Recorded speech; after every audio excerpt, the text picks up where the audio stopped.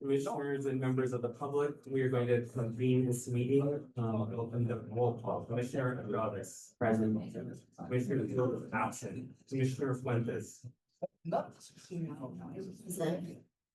Commissioner Lewis is absent. Commissioner Matt. Present. Commissioner Mesa is present. Commissioner Murray. Present. Commissioner Sanchez is absent. We will be reading a statement later, but commissioners know, and many members of the public, Commissioner Schlager has resigned. Commissioner Stein is absent. Commissioner Thomas present. Commissioner Yap is absent. Commissioner is Levin. We're present. Levine, sorry, Levine. And let's give a round of applause for our new commissioner, please. Commissioner Levine, before we move forward, I'd just like to welcome you to the commission and give you the opportunity to introduce yourself. Thank you, Chair Meza. Pleasure to be here. Jason Levine. I'm a lifelong Angelino, and it is really a pleasure to have the opportunity to serve alongside the commissioners here. Deeply appreciative of the work that is already underway, and looking forward to getting to work. Thank you, and we are happy to have you. I will now hand it over to the executive director to administer public comment. Oh, let's see. Okay, fantastic. Good afternoon, everyone, and to the public. I've got a list of folks who've signed up for public comment. Today we have, let's see, it's 2 minutes total for all the items, plus 1 minute of public comment. So you have an option of up to a maximum of 3 minutes. So I'll call 3 people at a time to come and speak. Please let me know when you come up to the lectern how long you'd like, and I will time you. I'll also give you a 30-second warning for you to wrap up. So that is how we will roll with public comment. So here we go. Okay, I've got Kathy, Shada, and Dr. Kintis Jet. 1, 2, 3, please come up. This door might be a little wacky. I can't remember if you pull or push. There you go.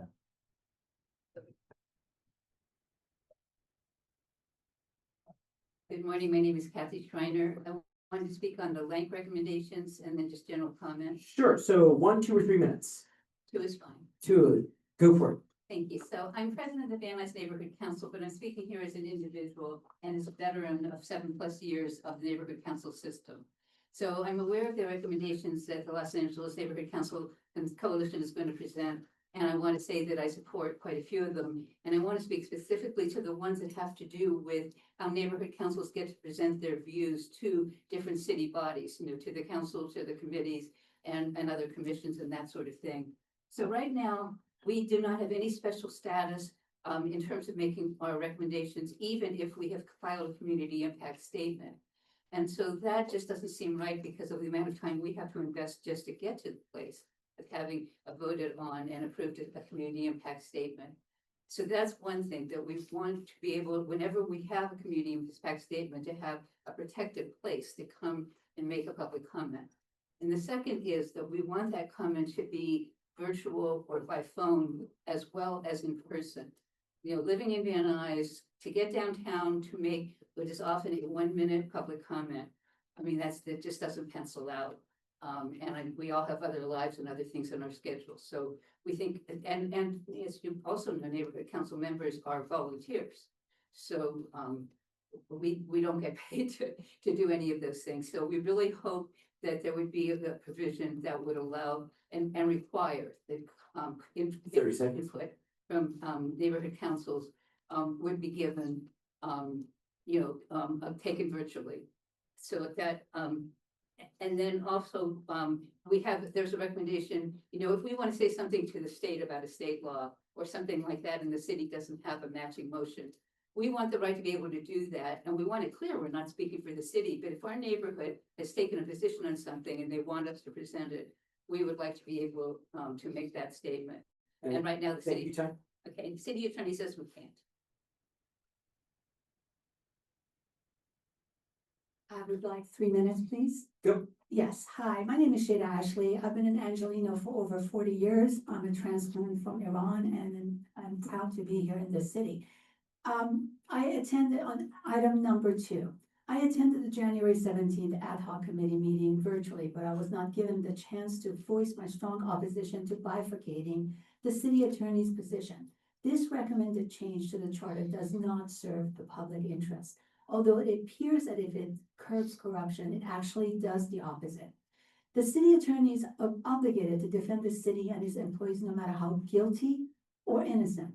And their interaction is fully privileged and bound by confidentiality. Do you really wish to create an even more complicated relationship between an appointed city attorney who may fear losing their position if they push back against a mayor or a city council member who may have unclean hands? This recommendation deepens the corruption in our broken system even further. During the ad hoc committee discussion, Commissioner Thomas attempted to offer a third city attorney position as a public advocate for the aggrieved residents, but he was not successful in getting support. Rather than creating yet another expensive appointed position that risks undermining independence and public trust, I urge this commission to consider a reform that directly strengthens protection for the public. Our city charter currently lacks a meaningful mechanism to protect individuals and communities from harm caused by the city and its agents. What Los Angeles truly needs is an independent ombudsman with authority to advocate for the public, investigate misconduct, and provide residents with a clear, accessible pathway for redress. Such a role would enhance accountability and promote transparency in a way that this proposed restructuring does not. Regarding item number 1, Los Angeles Neighborhood Council's recommendations, I fully support it, except I would expand their recommendation for a financial watchdog, from a financial watchdog to an ombudsman who would have a greater reach beyond financial accountability. Thank you for letting me share. Thank you so much. And after Dr. Jett, we have, I think it's Alita, Marion, and Jersey. Alita, Marion, and Jersey are the next 3. Please queue up. How long would you like, sir? 3 minutes. Go. I was born, raised, and live in South LA. My name is Dr. Quintus Jett. I have a background as an organizational and institutional theorist with specialties in management and innovation. Formerly a professor of public administration at Rutgers University, New York. But I've also was part of the Rewrite LA, coming up with suggestions from people throughout LA when it comes to their issues of bill of rights and preamble. And it's very important. I really applaud the commission for doing that, because what that does is it almost replaces what didn't happen when the last time there was a charter. A lot of stuff on administration, city administration, but not so much on the issues of the values, because the city of LA is not just simply the administration, it's also the people and the ecology that's around it. And so I'd like to maybe close with like one of the things that we have from the that came up in a workshop that I worked at, and that is, and I hope it's something that we can all think about with this charter reform, and that is that the city of Los Angeles is a family and a multitude of distinct neighborhoods, and that in a city of this great scale and diversity, effective governance depends on being informed by conditions experienced closest to the people. So that means almost like having as a value neighborhood level governance and civic participation, so that local voices across communities are meaningfully heard and support a more responsive and adaptive public life. And so what that basically means that I'm a president of West Adams Neighborhood Council, and too often neighborhood participation is viewed almost as a concession that's given to us. Neighborhood participation is essential as feedback to the city government in order to have it to be more trustworthy and responsive and effective. Thank you. Thank you so much. Alita.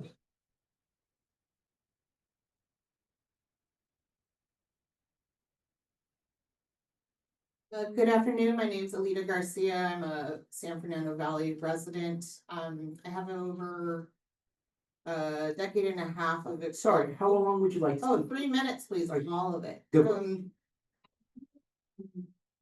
I am here because I live down the street and I am a mother of 2 small kids and I own a small business. I'm trying to live my life here in the valley and I am deeply disappointed at the absence of leadership about the rise of authoritarianism in the United States. And there's something that this body can do today to help ensure that the majority population of the city and county of Los Angeles is better served by its local government. I'm writing because today alone, or I'm here talking because today alone, in my cell phone, there are reports of ICE agents outside of an elementary school, outside of a Costco, outside of a bus stop, outside of a cemetery, outside of a Superior grocery store, and right here down the block, Van Nuys and Victory. And people are being snatched from our streets and our local government is saying nothing.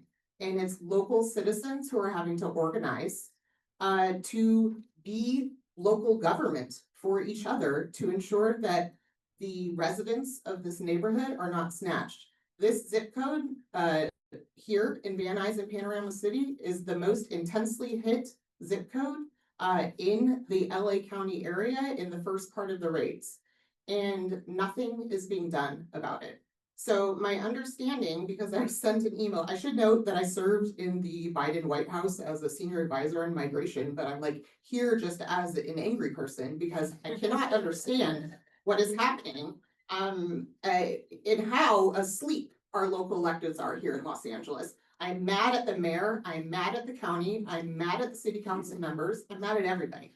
And people need to do something about it. So you all, apparently there is a motion to discuss enshrining the right of access to counsel for deportation defense in the city charter and thus obligating the city to provide deportation defense counsel for residents who cannot provide their own. So I would just suggest that if Angelinos cannot go to elementary school, I had to go put my body in front of ICE in front of Columbus Ave Elementary School last week. Where is the government? Where is civic society? Why is it everyday people having to do this without partnership? So there's a simple thing that you all can do, which is just approve this damn motion and say yes to whatever that motion is and try to give the people of Los Angeles a backstop. Because if civic society is not going to show up for its residents, at least we can create some systems for those residents to then fight for themselves with counsel. Because the nonprofits, they're doing everything they possibly can, but there are not enough lawyers to do it for free for everyone. We need to Thank you. create the system. Marina, oh, Marion, sorry, Marion? Marion Gordon? How long would you like, Marion? 3 minutes, please. Go. My name is Marion Gordon. I'm an 81-year-old Jewish anti-Zionist woman and member of DSA. I fought injustice ever since I was what we used to call in junior high school. What is happening in this country today is the worst I have ever lived through. My own daughter-in-law is afraid to go out of her house, let alone get a job, just because she is an immigrant. Fascism has started in this country and has to be fought at every level. There is no wrong place to stand and defend those who are being attacked. The attacks that were said to be to get criminals and drug dealers were all along intended to increase racism and scapegoating of immigrants, Black and brown people, and their allies. Scapegoating has always been a tool of fascists and other tyrants and murderers. I can't say it any better than Martin Niemöller said in a poem called First They Came. It's part of my 3 minutes. First they came for the communists. He was a German. in the 1930s and 40s. First, they came for the communists, and I did not speak out because I was not a communist. Then they came for the socialists, and I did not speak out because I was not a socialist.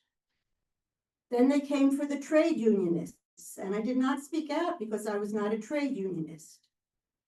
Then they came for the Jews, and I did not speak out because I was not a Jew.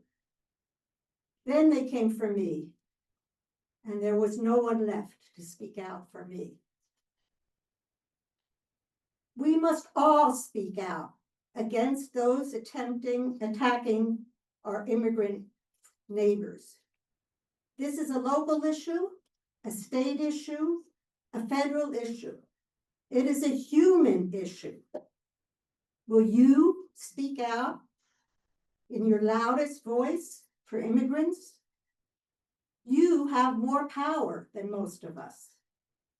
30 seconds. Please use it to enshrine the right to legal counsel into the city charter and law. Thank you. Thank you so much. Jersey, Jersey is next. After Jersey is Stacy, Conrad, and Danielle. Stacy, Conrad, and Danielle, please queue up. How long would you like, sir? It's what, 2 minutes for the items and 1 minute for, Total of 3. Yeah, that is your option. yeah, sure, I'll take that. Okay. I believe one of the items is for the legal protection for immigrants. I'm not a fan of deportations, honestly. There's so much space in the country and even in the city, believe it or not. There's vacant buildings everywhere, so obviously there's space for people. And we're getting, we're pulling people out of homes and out of schools, just to these people for political reasons. Although, on the note of fascism, America has always been a fascist nation. I would challenge anybody in this room to tell me what year it became a democracy. And it was fascist under Trump, under Obama, under Biden, under Clinton, under Bush, going all the way back to the former Governor Reagan. Obviously president as well. So it's, going all the way back to the beginning of the country. So we gotta really recognize that this is the most American thing you've seen in a while. And that's because America is a fucking horrible, evil institution. Sorry, guys. On the note for I think there's the ad hoc committee recommendations. Man, it kind of throws me off because you guys are all listening so intently, and at city council, they never look at you all at the same time like this. So I'm really not used to the quiet and like the focus. It really throws me off. I'm actually not as sociable as it may seem. So it's a nightmare for anybody who might have autism. I don't have autism. I can't imagine how they would feel. No, I'm just kidding. It's good that you guys are listening. The ad hoc committee for pretty much chopping down everything into like digestible chunks to speed this charter reform process, to railroad it, I guess they would say, I don't know, to get something all cleaned up together in time for the ballot this year. It seemed kind of like rushed. Imelda today or yesterday said something like, we haven't really asked the departments directly, like what their recommendations were, and the council member was saying that, so they really weren't even, some of the council members maybe weren't as involved in the process as maybe they should have been. I don't know if that says that, or if it just speaks more to the fact. 30 seconds. Is this for the items or for the whole thing? Whole thing. Oh, I'm also here to advocate for the First and Second Amendments. They're always complaining about we don't have enough officers. We need to allow all these old ladies to carry their little grandma guns in their purse on the train. To be honest, people would start getting robbed as often if it was more likely the person you're about to rob, even if they're a little old lady, could just pow, defend themselves. And something to think about, if they're gonna get American with the fascism, you gotta get American with the liberties. And Thank you. 3 minutes. Stacy. Then Stacy, Conrad, Danielle. Okay, Stacy, how long would you like, Stacy? Thank you. I'll take 3 minutes. Go. I have to let Commissioner Thomas know that your flash is on. I don't know if you mean for it to be. Okay, I appreciate that you're recording it. I just wasn't sure if you wanted your flash on. the city of Los Angeles has a long history of egregious corruption. The current council body is no exception. And unfortunately, I just can't help but feel like there's a level of corruption that is eked out within this commission as well. The recent resignation of a commissioner who's now going to serve under the council president, I think is sort of indicative of the sort of too close-knit of a relationship that some of the commissioners are having with council and the mayor. And it's not surprising because the vast majority of you are appointed by those same electeds or people who came up around the politicians who appointed most of the commission. But it's interesting when anyone currently serving in an elected office or in a commission talks about corruption, they sort of do it vaguely, they don't name names, and they act like it's sort of a natural thing in the air that they just need to get rid of when there's just willful participation in it. Part of that's very concerning to me, especially regarding what has been said about ICE raids, is Commissioner Mesa's investments in Palantir, which is confirmable on his Form 700. And we know that Palantir is being used to track people, to spy on us. So the fact that those are the interests that are embedded into this commission is very disconcerting. I'll move on to some things that are in the ad hoc committee report. It was confirmed that you want to keep the threshold for municipal elections at 500 signatures. But that's a little bit confusing because if I recall from when I ran for office, it was 500 signatures plus a fee, which I think was $200 or $300. And without the fee, you were actually having to collect 1,000 signatures, which is a heavy burden for someone who can't afford paid staff. Also, to extend the time for signature collection by 1 week, which again, they put the signature collection period when it gets dark early, when it's cold out, when a lot of people are out of town during the holidays. I feel like that's by design because it makes it a lot harder. I think that while anytime you're allowed to fundraise, you should also be able to collect signatures.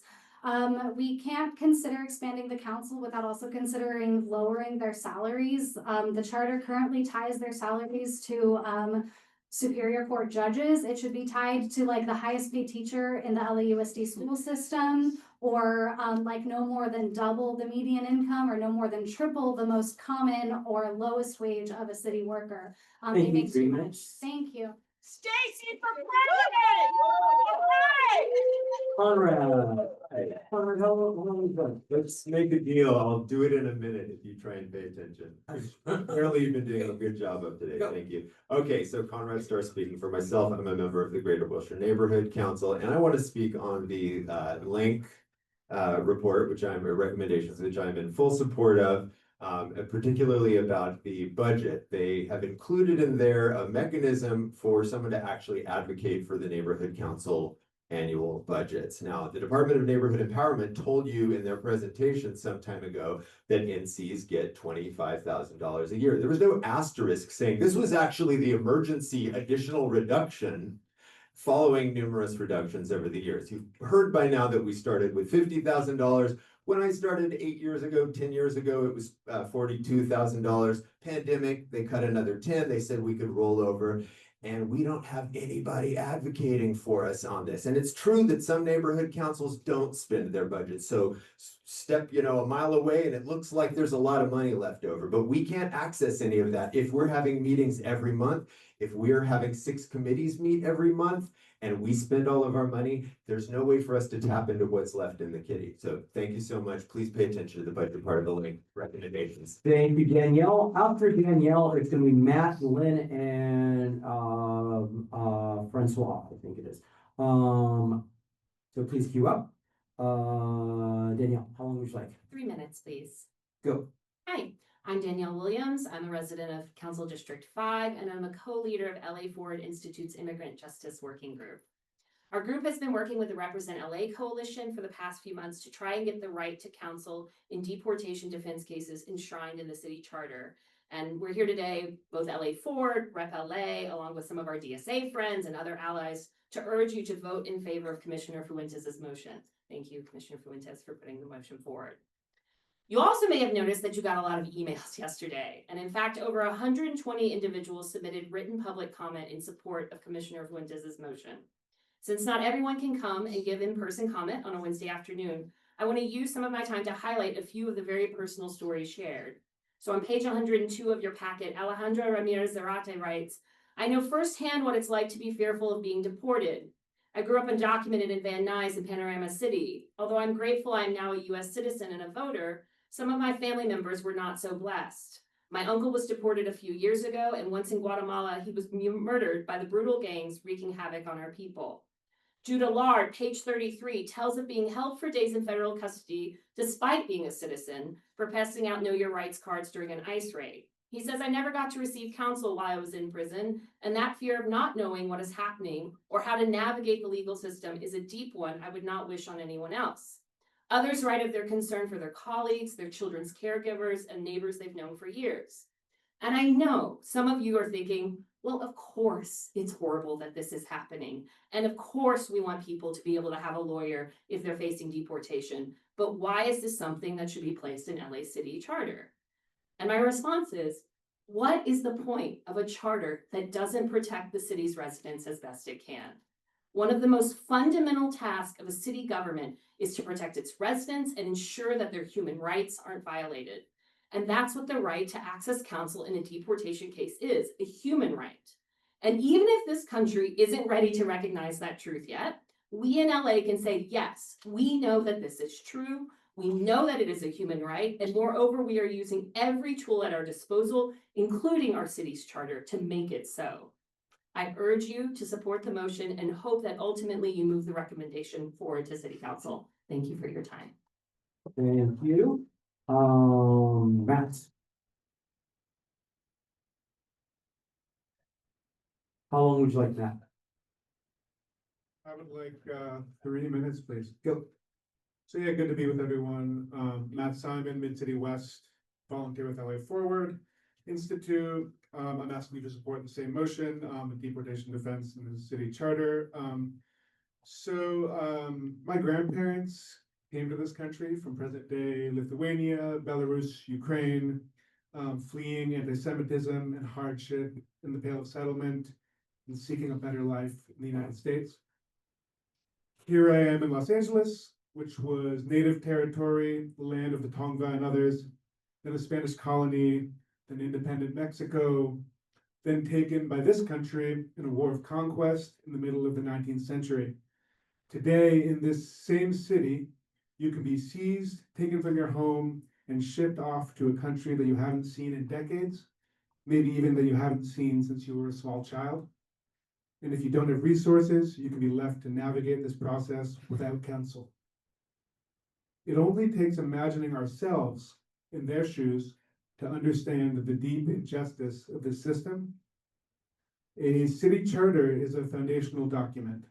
One thing it can do is ensure the basic human rights of the residents of the city, rights that currently are unprotected.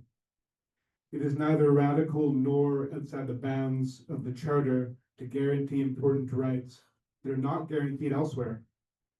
Our immigrant neighbors, people like my great-grandparents, are as entitled to rights and dignity as anyone else in this room. Let's begin to show as a city that we believe that. Thank you. Thank you so much. Lynn? How long would you like, Lynn? 3 minutes, please. Go.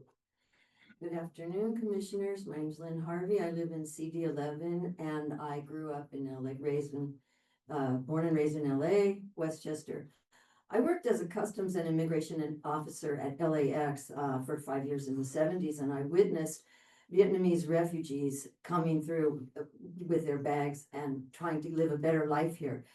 Then I got a job as an ESL teacher and a counselor at a high school downtown LA where there were 5,400 kids, and I ended up being the one college counselor for those kids. I've been invited to quinceañeras, weddings, even funerals. I've been in their homes. Immigration means so much to me. It's very personal. And you know what? The fact is, we need immigrants more than they need us. They contribute to this society and they've done so much for this city. I really hope that you will support the, let me read this thing, the, motion to discuss enshrining the right to counsel for deportation defense, because, you know, we're talking about working poor, people that care for our children, care for our seniors, clean our office buildings and our whatever, they, you know, they take care of us. So we owe them this service, I believe, and I hope that you consider doing it. Let me see, begin in the city charter. Yeah, deportation is a violent and traumatic experience, and its repercussions are felt by the people deported, their families, and their community, their neighbors. In other contexts where bodies are seized and moved, including misdemeanors, we recognize the essential right to be represented by counsel. No one should face the seizure of their body by the state without counsel. By the way, I'm with DSA and I'm an ally of LA Forward, and I think I'm just gonna leave it with that, but please, I urge you, last sentence is, I urge you to vote yes, have a heart, have a conscience, vote yes on Commissioner Fuentes' motion, and thank you. Thank you so much. And then queue up after, is, Civ, I think it's Civ Anderson, Dylan, and I can't read the first name, but Ming Cheer is the, maybe the last name. Hopefully I got that close to right. Sir, how long would you like? I'll take the 3 minutes. Alrighty, go. All right, yeah, thank you for commissioners for doing this and being here. The microphone. Oh, sorry about that. Can you hear me now? Oh, Perfect. Better. Perfect. Okay, and well, basically, I'm just here to speak on, let's see, some of your proposals there. I do not support the proposal to increase the city council members from 15 to 23 members. I do not believe this will improve the delivery of city services, such as repairs streets and sidewalks, replacing and repairing streetlights, improving maintenance of our parks, trimming trees, and other essential city services. The financial cost of adding 8 new council members and their staff would be an additional strain on the city budget. I don't believe this benefits the citizens of Los Angeles. The neighborhood council already exists and should be utilized more effectively to reach the citizens of Los Angeles. Item number 1, better government. I support the recommendations presented by the LA Neighborhood Council Coalition. I recommend that your commission examine the structure of the neighborhood councils and make changes to increase their authority and involvement in city affairs. The Neighborhood Council Commission role must be changed to authority over the Department of Neighborhood Empowerment. And item number 2, charter changes. I support the recommended changes for LACERs. I do not support requiring LAPD to pay legal settlement out of their own budget. The reason is this will only increase the budget for LAPD, which is already tremendous, and they just want to pile on more money. It's a whole city responsibility. Let's see. I do support allowing the chief of police to remove officers with repeated histories of harm. And last but not least, item number 3, the right to access counsel for deportation. Who would have thought that we would be in the situation we are in today regarding the deportation and the rounding up of undocumented individuals? This is just unbelievable. We went through the civil rights and everything, and I just can't believe that this is happening. So I do support this recommendation, and we should definitely make sure the city attorney's office has the budget and grants and work with nonprofits to make sure that we help our citizens. Even though they're not citizens, they're undocumented, they are, members of the city because they're residents. Thank you. Thank you so much. Civ. Hey. How long would you like? 3 minutes, please. Go. My name is Steve Anderson. I live in Sherman Oaks, and for work, I teach music to disabled people. Since June of 2025, my Latino students have been afraid to come to classes, for many, the only place they regularly go outside of their homes. Because of this, and because I am the child of an immigrant myself, I'm doing everything in my power to defend my community from ICE, from walking through commercial areas and sharing Know Your Rights information with workers, where I hear about the economic hardships caused by ICE escalation, to patrolling Home Depot parking lots with other ordinary but hardworking people of conscience. When I do these things, I think to myself, I wish I had more power. If I did, I would find a way to use it to push back against the rise of fascism, but instead I have to go one person at a time. You have that power, and yet in 2025, when our need was greatest, the city of Los Angeles slashed the Represent LA budget, a lifeline, considering represented immigrants in detention were 4 times more likely to be released than unrepresented ones. 1/3 of Angelenos are immigrants, and we have seen how ICE treats immigrants. Just this morning, immigration agents opened fire in Compton during an ICE raid, and as we speak, right now, the Valley is being attacked by ICE in cluster raids, snatch and grabs. I strongly urge you to stand with the people and enshrine the right to counsel and deportation defense. History will remember who chooses to act and who chooses to turn a blind eye. Stand with the people. Thank you. Thank you. Dylan?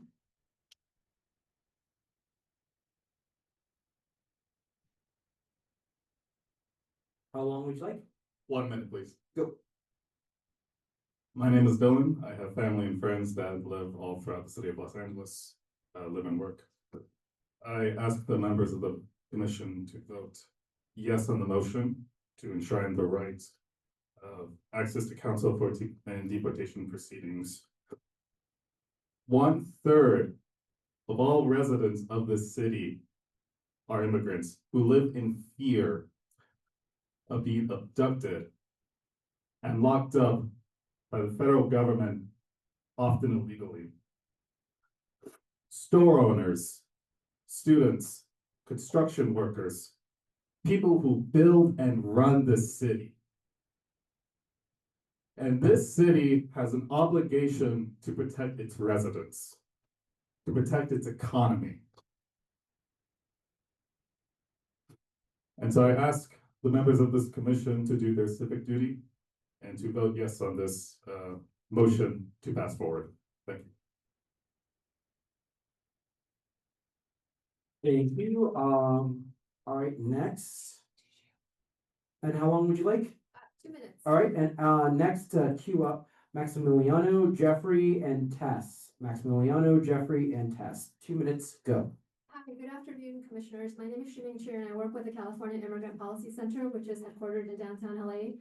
I'm also a member of the Represent LA Coalition, which is a coalition of service providers and community groups who've been advocating for the city and county to support immigrants since 2016. I'm here today, along with many of the other folks here, to ask you to enshrine the right to counsel for people facing deportation in the city charter and to vote yes on Commissioner Fuentes' motion, item number 3. The issue of fundamental due process in deportation proceedings is vital to the safety and well-being of Angelenos. It affects everything about the city's governance, from personnel to government structure to transparency. The city and county's immigration legal defense program, Represent LA, is critical to ensure that we can actually have a modicum of justice, fairness, and due process in an immigration system that's cruelly stacked against any immigrants. This comes at a time when, as you've heard, the Trump administration is attacking immigrant communities and allies. It's not just people who are not citizens. It's people who might look like they're immigrants and people who are trying to just document what ICE is doing.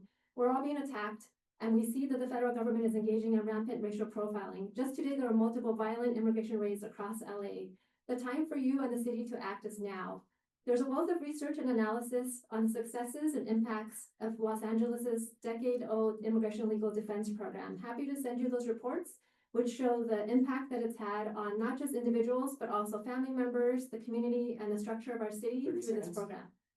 By enshrining the right to counsel for deportation defense for all Angelenos, LACD would increase its commitment to the safety of its residents and again, uphold the principle of due process. And I'm sharing this not just as an advocate, but also as with many other people here, as somebody who has been impacted. My immediate family member was undocumented for 14 years, and I know the fear that comes from not knowing whether ICE is just around the corner, whether ICE is outside, whether somebody can actually go out to get their groceries, to go out to work. because of this rampant fear that's been caused by the federal government. So I call on you as a city to make sure that you can address some of those concerns and pass this item. Thank you. Maximiliano?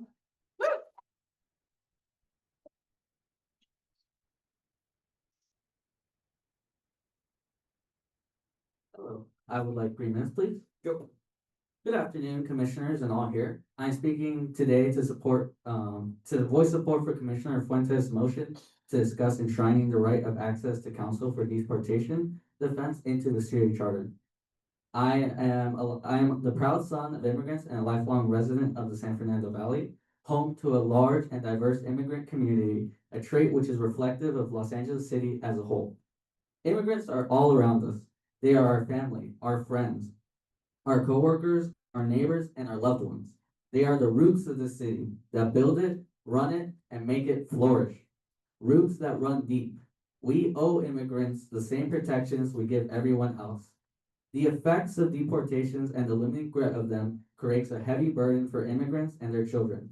I have personally lived with that burden. It is an anxiety that makes you lose sleep because I was always on edge, worrying and crossing my fingers that my family members would make it home safely. No one should have to agonize over the thought of their family being torn away from them. The deportation process moves quick, and that is no accident. According to the American Immigration Council, immigrants with a lawyer were 4 times more likely to be released than ones without one. No one should be deported or lose their family members without counsel. The right to counsel in deportation defense is a basic human right. The Trump administration has exacerbated this issue in new heights. The influx of raids in our community and the increase in funding for immigration enforcement makes this topic feel more appropriate and necessary than ever. It is important to remember, though, that ICE and Border Patrol are not a novel creation. They have been used by countless other administrations to abuse our communities. For this reason, it is paramount that we use all the tools available, including the city's charter, to protect our community, our people. Los Angeles should be at the forefront of protecting immigrant rights. By enshrining this into the charter, Los Angeles can be the leading example for other cities. As we get ready to invite the world to visit our beautiful city, we should be ready to celebrate all of the cultures that are found in every street and every corner of Los Angeles. We should be ready to show the world a true LA, and that is one proudly populated with immigrants from all around the globe. The same immigrants who deserve the right to counsel in deportation defense. Thank you. Thank you so much. Jeffrey.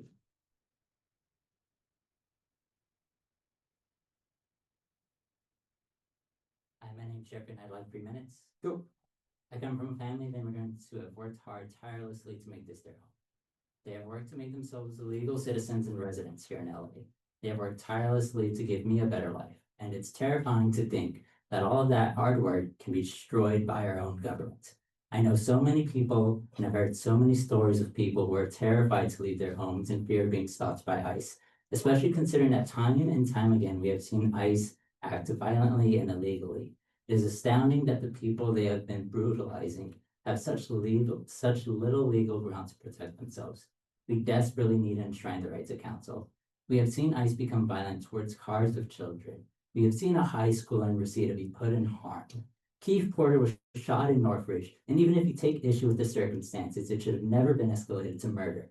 We have immigrants who can get detained after a court meeting from the second they step out of the courtroom. ICE waits outside hospital rooms just to kidnap people. Tim Waltz is telling people to film ICE because of the brutality in Minneapolis. And is that really all we can do? Pass out red cards and let people know their basic rights? Is the only thing we can trust in is community? Is the only thing we can trust the government for is to sit around like ducks and offer platitudes? We need to push for better protections in regard to what LA can do. Just today, we've seen violent raids throughout the valley. Enshrining the right to counsel on deportation defense is a basic human right. Many of our fellow LA people, our fellow immigrant community members who have been in our city for decades in many instances. According to USC's Equity Research Institute, over 60% of immigrant populations are now 45 and older. Many of them own homes, run small businesses, are our neighbors, our friends, and loved ones. The seeds they have planted in our community have made Los Angeles one of the most sought-after cities in the world. This year, LA is hosting the 2026 World Cup, and in 2028, the Olympics and Paralympics. Sorry. Supporting our fellow Angelinos is putting out the roots that have helped grow and shape our city into what it is today. Voting yes on Commissioner Fuentes' motion is a yes to showing up to our fellow Angelinos. Thank you so much. Tess is next. Tess. And after Tess, if we can have lined up Nicholas, Chantel, and Barbara. Nicholas, Chantel, and Barbara. Tess, how long would you like? 14 hours and 37 minutes. I heard 14 seconds. Like to first enter this into the record. I have 10 copies. Sure, she'll pass it out for us. Okay, thank you. And if that's entered into the public record, thank you. I'll take the full 3 minutes. Go. All right, my name is Tess Taylor. I'm the president of the Greater Toluca Lake Neighborhood Council. And what you have before you is a declaration of commitment to representative government that we feel very strongly about. First, I will, however, point out the great work that Kay Hartman has done with the recommendations for Lank on their ad hoc committee. She's the president of POMS, and many of those recommendations our board will very likely endorse at our next meeting in several weeks. Thank you for your work on that, Kay. This declaration before you came about as a consequence of being instructed by the city attorney that we could not take a position on state legislation, to which my board said not just no, but hell no. And you will see included in this declaration our basis for the refusal. And I'm happy to say that 10 neighborhood councils to date, including some represented here today, have affirmed this declaration unanimously or near unanimously, and I expect this to proliferate this movement. This is incredibly important, especially as we're hearing about the abuses of agencies outside of the city of Los Angeles. We were instructed that we could not take a position on state legislation that would benefit our stakeholders. To that we say, we do not bow to staff or to political appointees. There is no legitimate democracy that I'm aware of where staff and political appointees instruct and order elected representatives around. We are elected, we are not appointed, and we are not staff. And what the city attorney has instructed us to do is backwards. We do not accept that, we reject that. If we wish to advocate to the Vatican, to ICE, to the state or the county, we will do so. We have done so, there's certainly a precedent for that throughout the neighborhood council system. We do not purport to represent the city of Los Angeles. Never have we purported to represent the city of Los Angeles. We represent ourselves and only ourselves. This democratic process must prevail. This should be enshrined in the strongest possible language in the charter.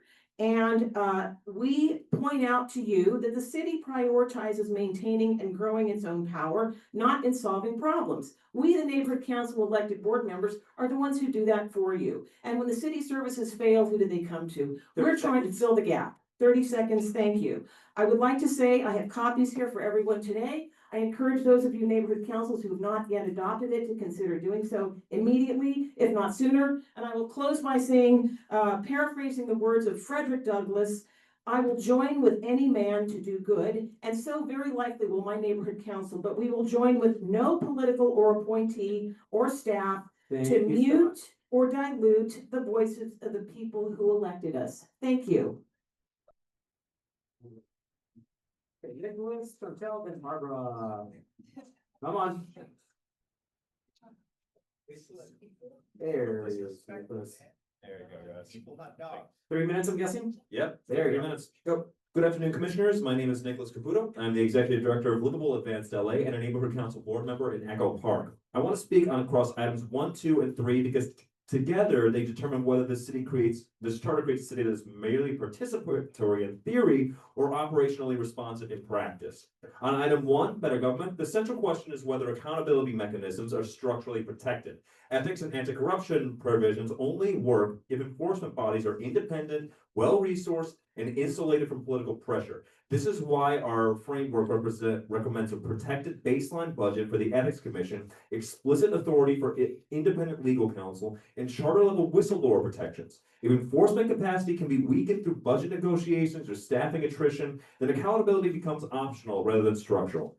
On neighborhood councils, the issue is not expanding authority, although I think that would be good, but enabling effectiveness. Dysfunction in personnel and hiring, and even in the neighborhood council system, results in city council offices that become catch-all service hubs, overloaded with responsibilities best suited by other departments that are unable to do their jobs. The charter should be updated to allow multiple reforms within Dunn as well as across personnel and hiring that let neighborhood councils opt into structured service delivery partnerships with the city. This includes clear certification standards, modernized stakeholder definitions, and most importantly, mechanisms for neighborhood councils that request it to help service, bundle, and fast-track constituent needs for expedited departmental response. In neighborhoods that want this model, councils can function as organized intake points and coordination hubs, improving service delivery without turning councils into legislative bodies. This makes neighborhood councils useful voluntary tools for neighborhoods that want deeper engagement while preserving flexibility citywide. On item 2, the ad hoc committee recommendations, I would urge the commission to prioritize reforms that reduce fragmentation and micromanagement. While framework emphasizes clear executive authority, standardized financial reporting across departments, mandatory responses to controller audits, and perhaps just as importantly, periodic charter review every 10 years and a standing department whose only responsibility is to find pain points not discovered in this charter reform commission. This keeps our constitution up to date as our needs evolve. These are governance mechanics, not policy preferences. They allow elected officials to legislate and oversee, departments to manage, and residents to understand who is responsible for what, especially when things break down. This also includes embedding budget honesty as an anti-corruption tool. 30 seconds. Requiring departments to publish performance metrics, accurately report vacancies, and fund their own legal settlements aligns incentives with accountability. Finally, on item 3, the right to counsel for deportation defense. This belongs to the charter precisely because it is not a program. It is a due process safeguard. Deportation proceedings are life-altering, and without counsel, residents are effectively denied access to justice. The charter-level guarantee affirms that LA treats due process with a civic baseline, not a discretionary service, and this should be expanded for evictions proceedings as well. Taken together, these items point towards a charter that clarifies power, Thank you so much. accountability, 3 and minutes. prioritizes Chantel is residents next. above all. Thank you, Nick. Thank you. Chantel? And Chantel, how long would you like? 3 minutes, please. Okay, And can thank you bring the microphone? Yes. Perfect. 3 minutes, I heard that. Yes. Correct? All right. And thank you for the 3 minutes. I appreciate it. My name is Chantel Daniels and I want a people-centered city. And in Los Angeles, responsiveness to the people should not be optional. It must be built into the charter with enforcement, transparency, and consequences. Tonight, I'm calling for 3 charter reforms, which I believe are essential. LA spends billions, but residents don't experience safety, stability, or basic outcomes. The charter must require public results scorecards tied to real outcomes like street safety, sanitation, response times, housing stability, and tenant enforcement. And when targets are missed, there must be consequences. Require a public corrective action plan, hearings, and independent audit oversight. Public funds must serve public needs, not political convenience. A tenant protection system with enforcement powers, number 2. Tenants are being harassed, intimidated, and pushed out with weak enforcement and often ICE interference with no rapid response. The charter must establish a tenant protection office or board with authority to investigate harassment, retaliation, illegal entry, ICE, and constructive eviction, and require legal support for those who are navigating issues with ICE. And I also would like landlords to provide documentation, not threats, because home must be stability for people, not a place of fear. Number 3, oversight with teeth for the mayor and council. The mayor and council can delay accountability through ad hoc structures and closed-door decision-making. And the charter must require an independent oversight with real authority, transparent reporting, and enforceable limits on ad hoc committees, and accountability the public can track. And I want to be clear, civil rights and immigration protections are a local public safety issue. Fear is spreading through our communities, destabilizing families, schools, and workplaces. The charter must require due process protections, enforce non-discrimination, and limit city coordination with unlawful detentions, including limits on data sharing and access to city property without a valid judicial warrant. I'll follow up by email with a detailed proposal and make it available to the public. Public safety cannot be public fear. And I do want to require that corrective action program hearing and independent audit oversight, because the people really need to know what's going on in the city and have real accountability so that we can stop the Thank level you of so much. corruption we experience. Barbara, is next. After Barbara, we can queue up Michael, Jamie, and Ross. Michael, Jamie, and Ross are after Barbara. Hi, Barbara, how long would you like? 3 minutes, please. And go. My name is Barbara Birdie. I am an elected West Side Neighborhood Council Board member, speaking as an individual today. I want first to speak against the notion that we should have an appointed city attorney. Those who've presented this idea as a way to depoliticize the position are dead wrong. We all know that those who are appointed are accountable, or I should say beholden, to those who appoint them. This is a mistake. We are here to make better government. We are not here to go backwards and to favor unaccountability. We need to have a city attorney accountable to the people, whether the job is 1, 2, or 20 positions. I feel very strongly about that. I've seen firsthand what happens to commissioners who don't follow the mayor's will. We all know about the secret note that our commissioners put in when they are appointed, that they can be removed at the will of the mayor.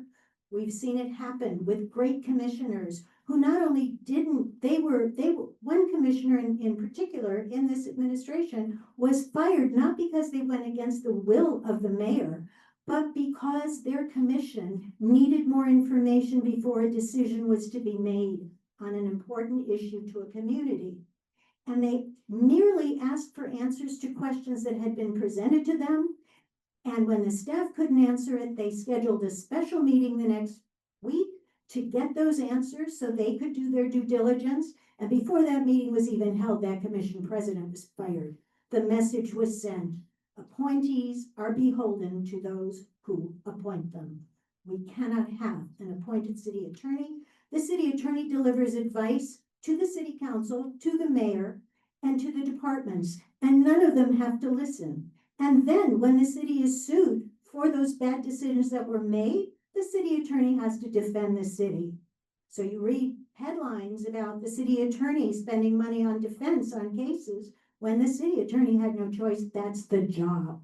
So those who are criticizing the person shouldn't make this a personal thing about, oh, she did this or he did that, whether it was Ira Reiner or Rocky Delgadillo. We're building an institution and it needs to be transparent and accountable to the public. I will say it is really pathetic that all of us in community activism know that the city council doesn't listen to us. The only time they listen to us is when we sue. And there's something very wrong with that, because it's very hard to sue the city. It's hard to find a lawyer to represent you. It's hard to raise the money to file the suit. It's wrong. So we need to do something about that. It's also wrong that neighborhood councils can't file appeals. We have a point of view. We represent our stakeholders. We can't do that. Few other things. I think too many city council members are being proposed. It's the Thank you, culture that's 3 that minutes. needs to be changed. I'll send in the rest of my. Thank you so much, Barbara. Michael, 3 minutes? 3 minutes. Great, thanks. I'm here to, of course, talk about council expansion and ranked choice voting. And I want to highlight a couple of the compare and contrast details and benefits of ranked choice voting for your report to go to the council. When it seems like a lot of you are in favor of a certain number of more seats, single seat districts. So when you bring that to the council and you compare and contrast the current system with electing those same number of seats by ranked choice voting, few things that you want to get out there. One, the general election only with ranked choice voting has higher turnout, more representative. Primary elections are lower turnout, less representative of people in LA. Number two, the city will save money by having just a single ranked choice voting general election than having runoffs and general elections. So with all the talk about costs, there'll be substantial savings, and we've given you some documents about how much that savings could be. Then the public matching funds get spread wider because instead of having to apply to 2 elections, you having just to apply it to a single election. And the issue about runoffs itself, since the city in 2020 started going to public matching funds with a 6-to-1 ratio and moving elections to even numbered years, the number, the percentage of runoffs has increased. So the significance of going to ranked choice voting for the general election would apply to even more elections than it has traditionally in the past. And if you increase the size of the council and have a bunch of new districts, it's likely that most of those new districts will have a lot of candidates also have the need to run off, costing the city a lot more money. Also, of course, candidates, if they only run in November compared to a spring election and November saves money. So that's one set of compare and contrast, and we've given you a lot of documentation on that, and we'll continue to do so. The other thing is, think about when you do an environmental impact report.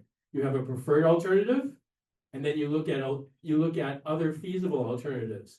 And even if the council is highly unlikely to adopt multi-seat districts elected by proportional ranked choice voting, it would make a lot of sense if your report to 30 the seconds. council, while having your preferred alternative, looks at a couple others and gives the council those tools. And again, as I have argued throughout this process, you're here because of the Fed tapes. The Fed tapes were a fight over single seat, limited representation. With all the diversity we have in LA, doesn't matter how you draw the districts, it's still a zero-sum game. And multi-seat council districts elected by proportional representation gives more people a seat at the table and Thank you so eliminates much. those fights. Thank you. Jamie's up next.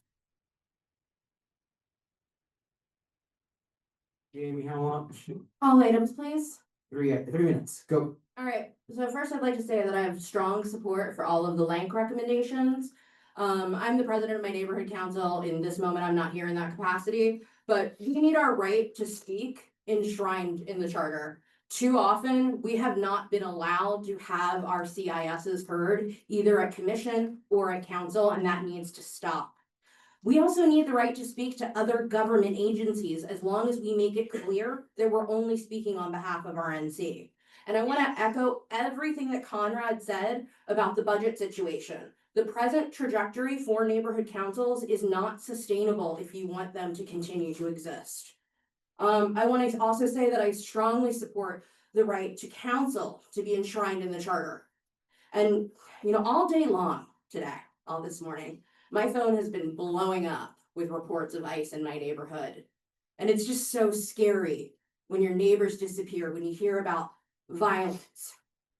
My neighborhood council has spent thousands of our already extremely limited budget to canvass every single business in our neighborhood with Know Your Rights info in more than 10 languages. But it's not enough, but it's what we can do. And I think that's why it troubles me so greatly that the chair has substantial investments in Palantir. I can't help thinking about how all this chaos and pain is good for your pocket. The stock price has doubled in the last year. Your pockets are lined in the fear of Angelinos. They're lined in unaccountable terror. They're lined in separated families. That's where you get your pocket from. But I can't help think about how we got to this moment. And I actually don't think Los Angeles is that disconnected from what's happening at a federal level. The Fed tapes are what got us here, and those were an ugly moment, but they were a real moment. They were an inside view into what happens behind closed doors too often. An opaque and unresponsive government is how you get here. A government that, frankly, at times detests its constituents. And that is why there needs to be ex parte communication. If you have a transparent government, if you have a government in sunshine, it is so much harder to get to the point that we find ourselves now. And you're practicing the same things that we see happening at a federal level. You just don't think it's the same, but it is. It's just in a different font. 30 seconds. So I'd encourage you to get over your antipathy for the public and start protecting people over politicians. For too long, those fluent in the good grammar of civility have deployed decorum to mask their agenda. I think that the city council recently made it essentially illegal to say certain words at council. Nasty words, I agree, but they're just words. And that same legal reasoning of fighting words is what ICE is currently using to attack protesters. Ross, you're next. Come up, Ross. After Ross is Johan, Lucero, and, I think it's Paxley, last name Marquez. Johan, Lucero, and then last name Marquez are after Ross. Ross, how long would you like? 3 minutes, please. Go. Ross Weistroffer, volunteer at Fair LA, speaking on items 1, 4 in general. Item 1, I want to note at Fair LA's August 9th presentation, we noted the importance of strengthening the voice of the neighborhood council system by allowing the presentation of community impact statements at any regular council meeting, making their presentation distinct from regular public comments, and diversifying appointments on our board of neighborhood commissioners. This is the least we can do for our neighborhood council system because, speaking as an individual, I want to applaud the work of our neighborhood councils in getting people involved in city government. At the 2024 Congress of Neighborhood Councils, Kate Hartman, as she has for so many others over the years, schooled me in how our budget works long before the CAO showed up to give their presentation and told me how to hold departments accountable. They are our city's hidden public servants. Please pay attention to their work. On agenda item 4, I see on the agenda a motion on Commissioner ex parte disclosure. I also see right now on the commission website, the text of a motion on ex parte communication disclosure with an asterisk that this will not be voted upon today. Why procrastinate on the most basic transparency rules that were the same as the 21 redistricting commission?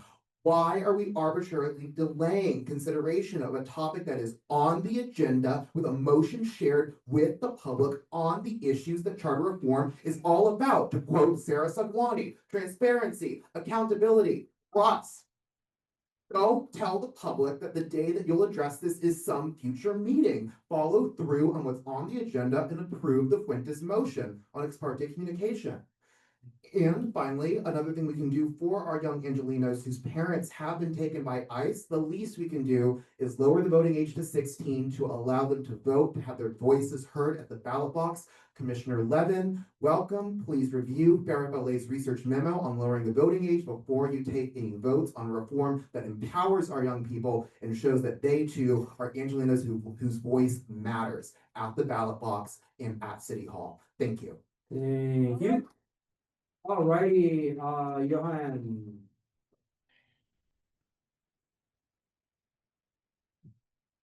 How long? 3 minutes is fine, please. Yep. Good evening, everyone. My name is Johan Espinoza. I've been coming to the committee meetings and full commission meetings for a couple months now. So what I brought here with me is actually the printouts of the slide decks and memos that we provided to the government structure committee meeting. I know they, were there when we presented to them, but I'm aware that not all commissioners were present. So I'm gonna give this to pass it out. Please. I am old school. I like reading off of paper. So if there's any extras, I'll take them with me and give it to the commissioners that are present.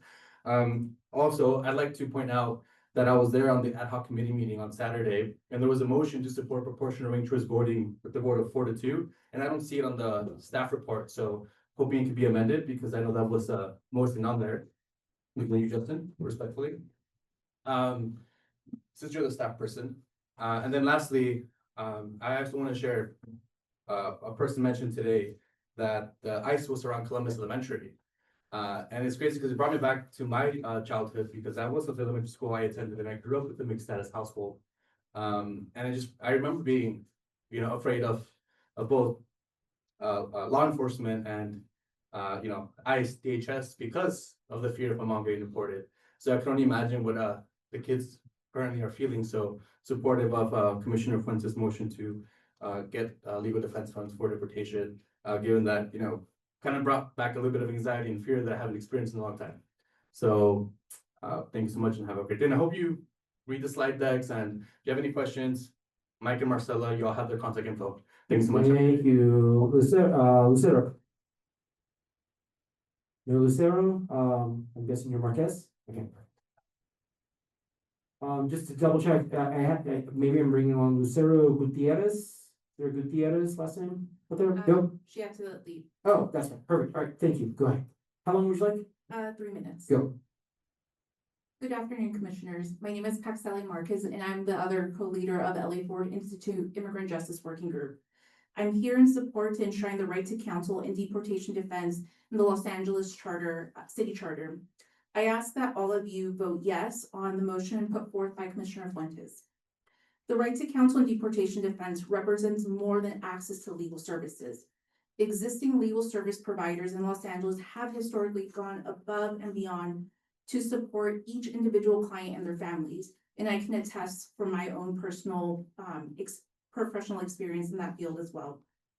Assessing culturally and linguistically appropriate legal services have granted families the opportunity to fully participate in their cases.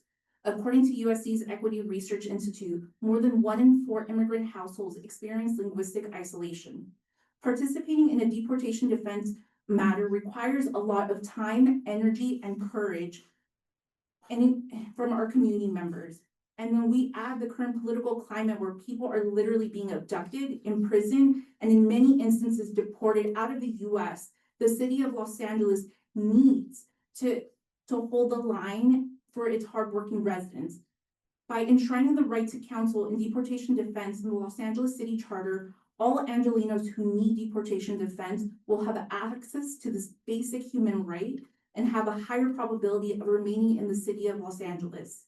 Immigrant communities are not a monolith. We are not a monolith. I myself can attest to the range of experiences that I grew up with, that my family members have grown up with. My sister is a postdoc in an Ivy League university. My brother is a wonderful artist, amazing artist. And I'm here advocating for my community members because I refuse to not do something about this. And it's not just me, it's everyone that you heard today here in person. It's at least the 120 written comments that all of you have received as of yesterday. We are here to tell all of you, we need to hold the line. We need to do something through this charter process to ensure that our residents can remain here and have a higher probability. And one of them is to ensure that this due process is enshrined in the charter. That this is what the charter is for. It's for our people, it's for our residents. And we need to do everything we can, use all the tools we have at our disposal to do something about 30 this. seconds. Thank you so much. Thank you. Kay Hartman, and then I do have people who signed up on the email list. Not sure if you were signing up for public comment, but if you did, it's Desanka, Joanne, Brenda, and Joan are the last set after Kay. And then I'll do a final sweep for the room. Kay, are you coming? Oh, there you are, Kay. Sorry, I didn't see you.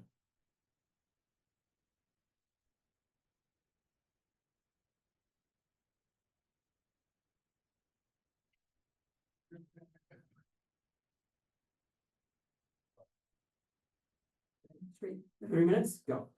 Yes, I would like to discuss the Fuentes-Schlesinger motion, which is not on the agenda today, but I'm here, so I want to talk about it.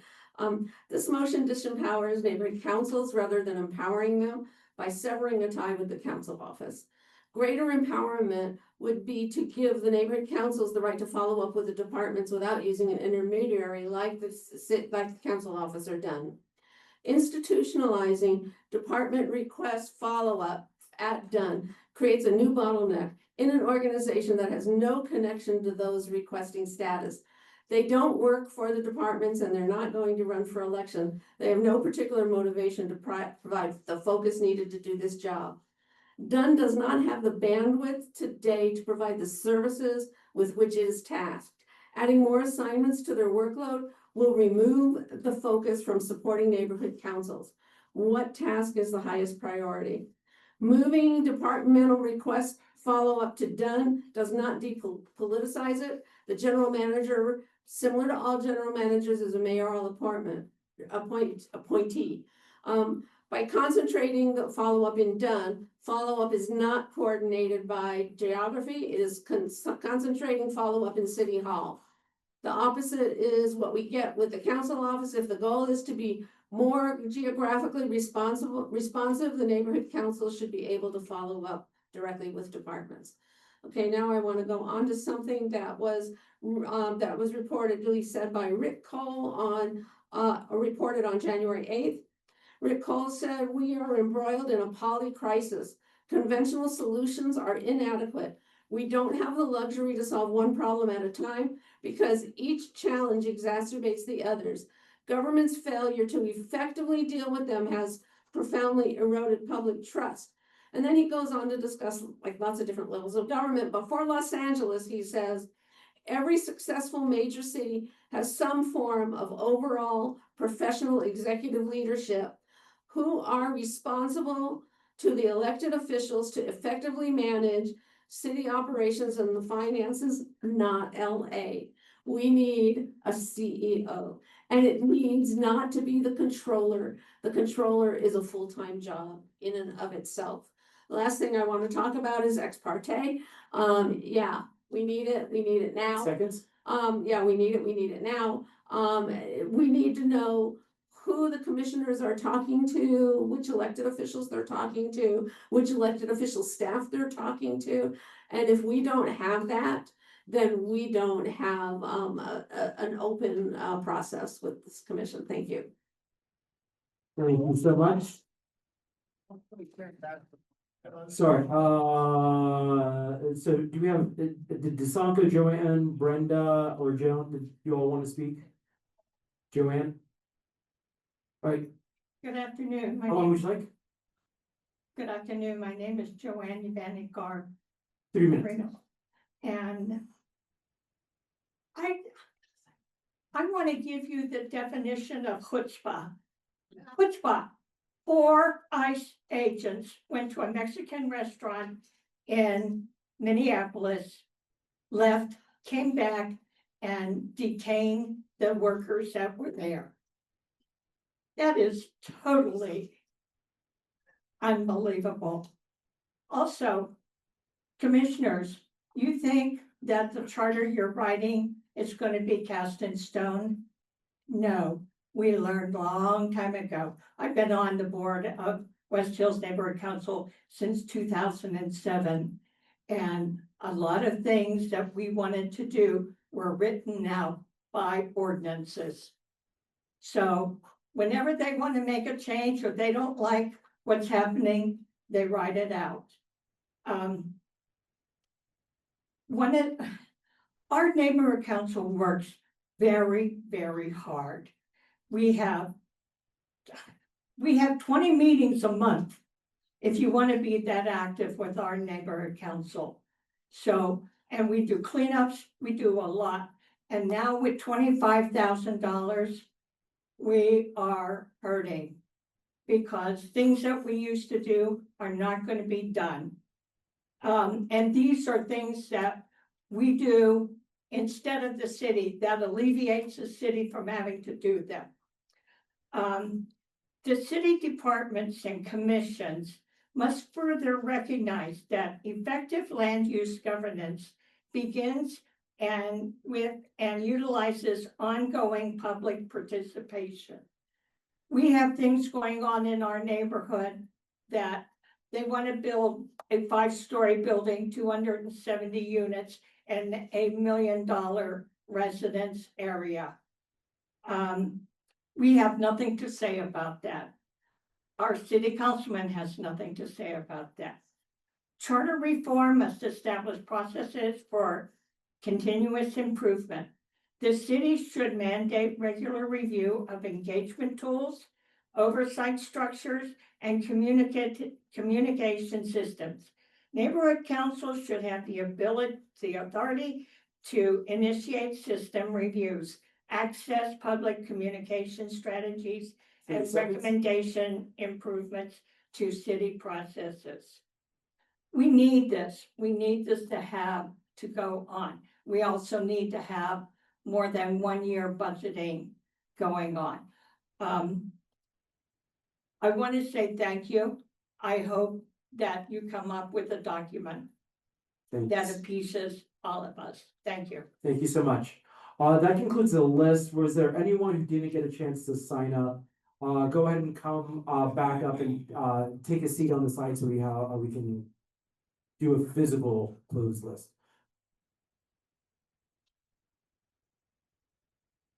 Just the three? Perfect, then, go ahead, come on up, let me know how much time you'd like. I've got some papers for the commissioners. 3 minutes? Yes, please. Give me just a second, Justin. No problem. Gotta get my notes up. Rob Quan, I'd like to start on the votes of the ad hoc Karen Bass Committee. I understand Commissioner Andrades' concerns about ranked choice voting and potential ballot fatigue if we dip below requiring 200 signatures to get on the ballot, but we're nowhere close to that if we're looking at Commissioner Stein's suggestion of 400. This is in some ways a necessary change for ranked choice voting. What good does ranked choice voting do for us if there are only 1, 2, maybe 3 candidates on the ballot? That's how it is for 75% of the races where we have, unless we have an open seat. There ain't nobody to rank there. Y'all also shamefully voted down the public advocate, and I do want to just note that they did so in part because of misleading information from the staff and Kenneth Mejia.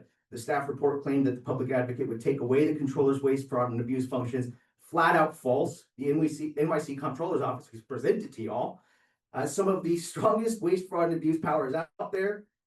More power than our own city controller. I do also want to thank Commissioner Fuentes for her motion on deportation defense. And echo Stacy's concerns about Chair Mesa, who has somewhere between $2,000 and $10,000 of Palantir stock. That was back when he filed. Profiting off the deportation machine, just simply disgusting. Doubled in price in the first year of the Trump administration. Sell that stuff. Turning back to the ad hoc committee, there were a suspicious number of commissioners that were all voting together. A lot of commissioners glued to their phones. And I do think it's interesting the executive director's report has a caps lock text about the Brown Act, reminding them not to violate it. Justin, did something happen? Raymond, did something happen? Look at their faces. That's their lion faces. CPRA will reveal the truth. All right. This is Fed Tapes 2.0. Saturday, I said, Commissioner Thomas, we need to put an end to these games. Tell Justin to put a bylaw amendment on Wednesday's agenda requiring ex parte disclosure. I'm happy to provide you draft language on that motion. I got many seconds. What happened? Raymond stepped out, the chair, did his own thing, made it look like he was going to do something. Where's Raymond's motion? Did you even plan on submitting one? It seems like you didn't. They want to block the only motion we have today to actually bring some transparency to this process. Bro, you know the Brown Act is pretty damn forgiving. What does the Attorney General say to us? A description of each item generally need not exceed 20 words. Although the description must provide sufficient information to provide interested persons with an understanding of the subject 30 matter which will be considered. How many people are here to talk about ex parte communications, bylaws, disclosure? What are you doing, man? You have actual bylaw language directly lifted from the city attorney's language provided to the 21 redistricting commission. Nuri Martinez led that stuff. Y'all are acting worse than Nuri Martinez, and I don't want to blame all of you. It's him. It's him. Thank you. I don't even know if the city attorney agrees with them. Thank you. What did we see last week? Next speaker. He tried to put an agenda item up for a vote that wasn't even on the agenda. Wasn't even in the same subject Thank matter. you, Rob. Thank you so much. Yeah. How long would you like? 3 minutes. And go. Thank you for coming to Van Nuys City Hall. But there is absolutely no reason you guys couldn't be accepting remote comment today. This is a city hall. I don't know what Commissioner Mesa's motion for ex parte communication is, but the fact that it hasn't been published is disturbing. However, I do fully support the ex parte motion submitted by Commissioner Fuentes, and that needs to be voted on today. Her motion to add council, to add access to counsel for deportation defense also needs to be moved forward to the charter, as everyone else has so passionately argued. That said, I disagree with some of what the ad hoc committee has decided. Specifically, every commissioner heard that 25 is the minimum number of seats needed to improve what we see, needed for the improvements we want to see. Yet they voted on 23. The full commission needs to have a discussion about increasing the city council size to 25. Another thing that shouldn't have been was a public advocate, incorrectly influenced by the controller. An elected public advocate is a critical position that we desperately need and shouldn't be pruned just because there's potential overlap with the controller's responsibilities. it would be a non-voting member of city council who can second motions and put motions forward on behalf of the people. And additionally, a public advocate cannot be retaliated against by the city council president. So motions that may not otherwise see the light of day can actually come forward. Everything that has happened since the Fed tapes has shown that we desperately need this kind of position. And I asked the full commission to add it back for consideration. But really, really importantly, everything Rob has said, even after his time has passed, about the ex parte communication, that really needs to happen today. Thank you. Thank you. And our last speaker, Lionel, come on down. How long would you like?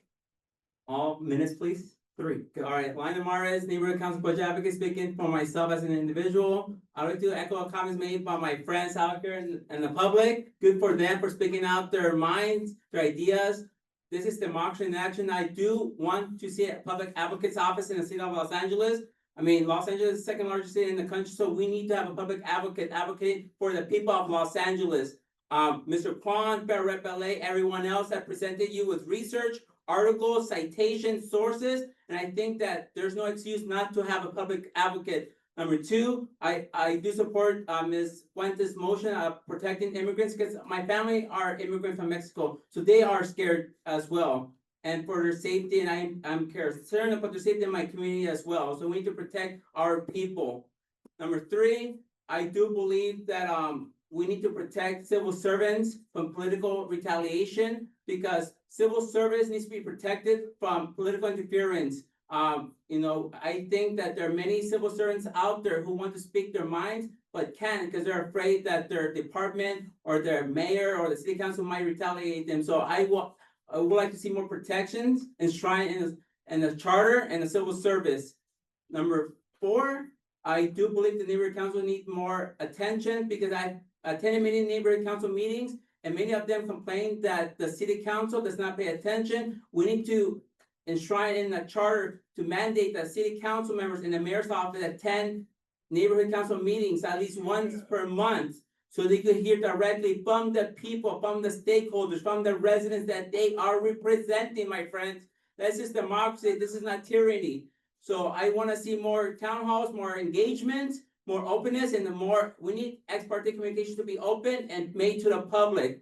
Because I've attended the Independent Redistricting Commission during the pandemic Zoom, and I've heard the comments made by Mr. Kwan and everyone else that we need transparency to see what's really going on behind closed doors. Because we are taxpayers and we are paying for these services and we are not getting the services that we need. Thank you for your time. Thank you. And Mr. Chair, that is public. We now move on to the next item on our agenda, which is neighborhood council community impact statements. I believe we have a few, so I will hand it to the executive director. Sure. Yes, folks, we have a couple of posted neighborhood impact statements that have been posted online. If you have a verified, voted on, approved, impact statement, please come forward.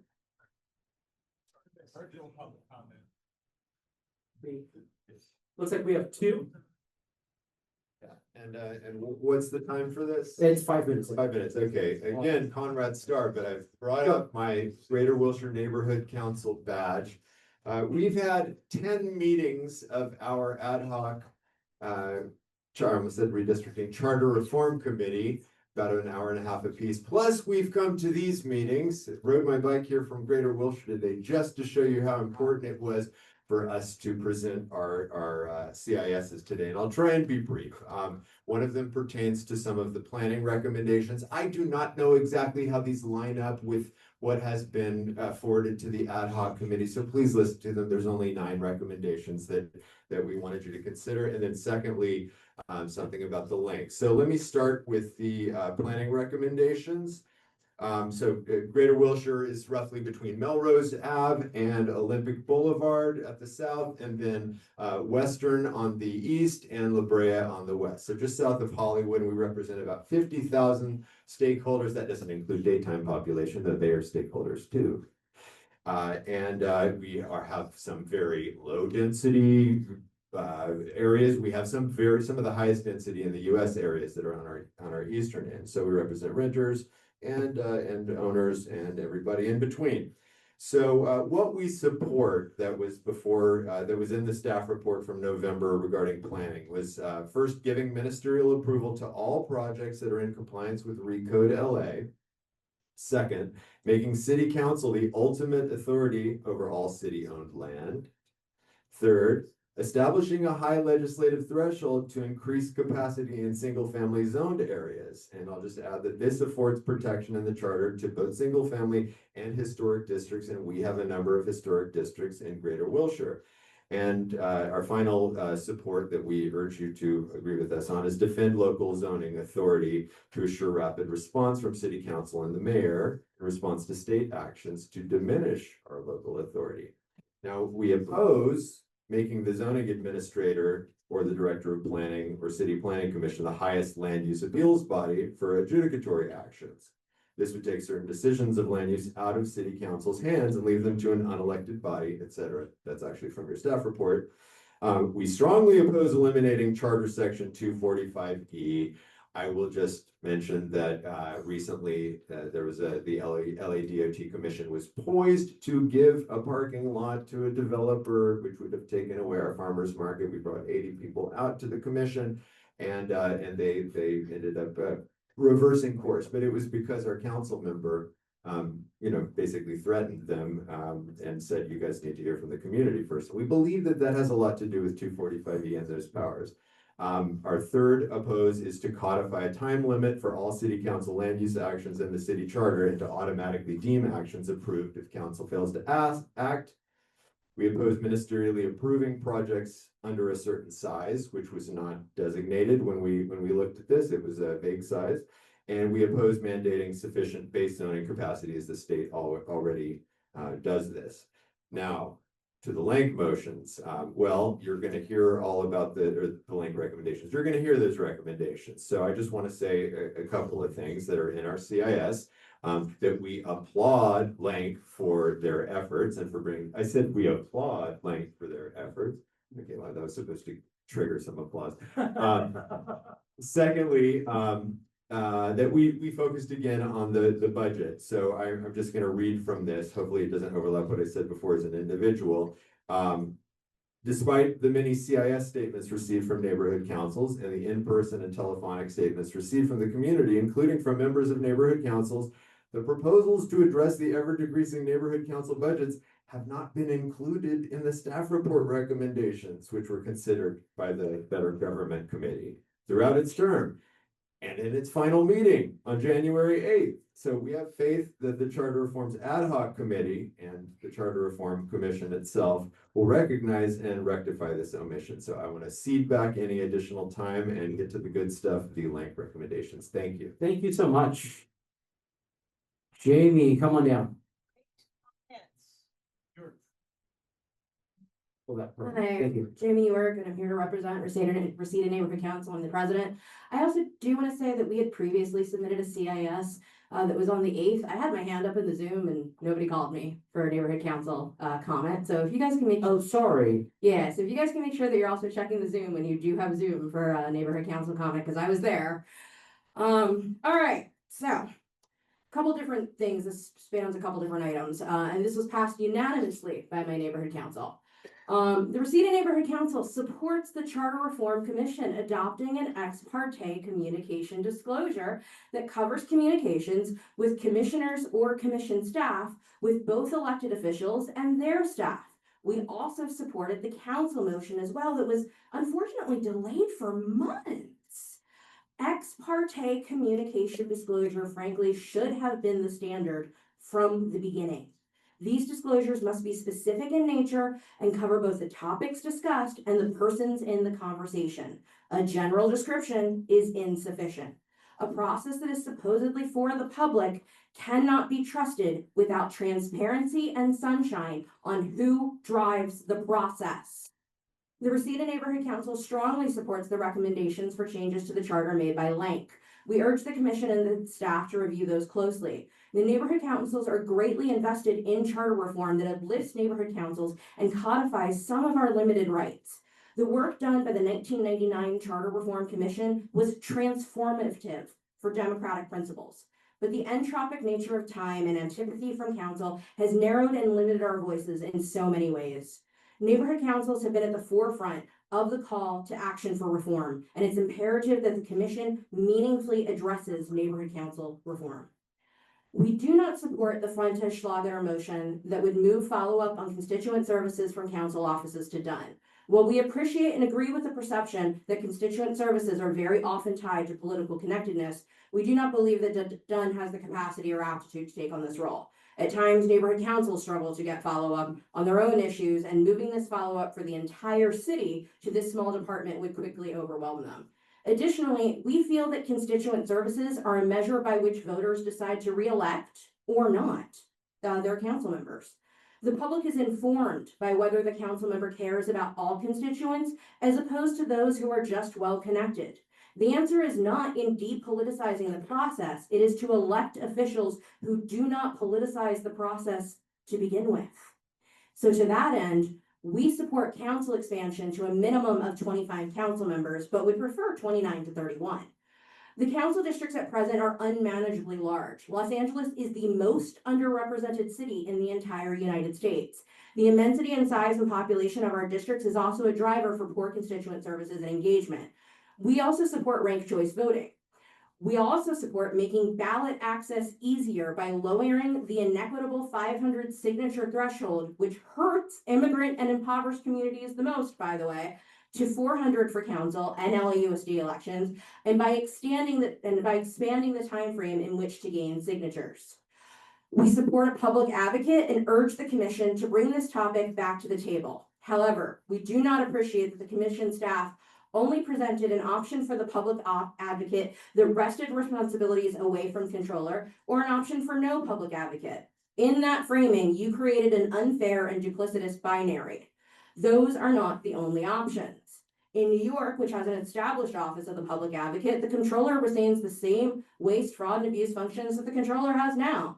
The public genuinely needs an advocate at council. The public advocate is a non-voting member of council who can introduce or co-sponsor legislation. And they also serve as an ombudsman for city government, providing oversight for agencies, investigating city complaints about services, and making proposals to address perceived shortcomings and failures of services. But notably, this office works as a complement to the comptroller. It does not subsume it. Lastly, we previously submitted a CIS to the Charter Reform Commission asking the commission to replace the Board of Public Works with a director position. We are disappointed that the commission wants to preserve public works, but perhaps more disappointed that you don't want to empower a director of public works and force that director to be responsive to a 5-member commission of political appointees. Our constituents constantly speak about the dysfunction between departments when handling constituent requests. It's quite clear that what is needed is a director who is empowered and who has clear authority over the board and public works. We would urge the commission to revisit the topic and center the needs of Angelenos in this conversation. We need a solution that is not a Band-Aid, such as redirecting 311 follow-ups, but that addresses institutional and systemic dysfunction. Thank you. Thank you so much. There seem to be no other neighborhood impact statements, community impact statements. Yeah. We now move on to the next item of the agenda, which is the approval of meeting minutes. Commissioners, we have 2 meeting minutes before us. The first that we will take up is approval of the revised meeting minutes from our meeting on Thursday, December 4th. Is there a motion?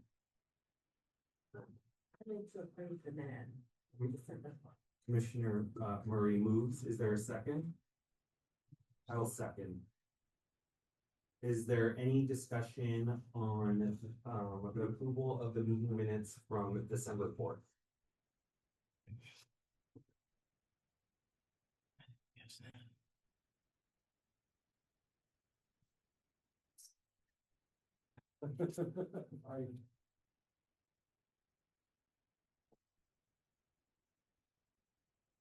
Is there any, okay, seeing no discussion, is there any objection to approving the meeting minutes from December 4th? All right, seeing none, the meeting minutes are approved.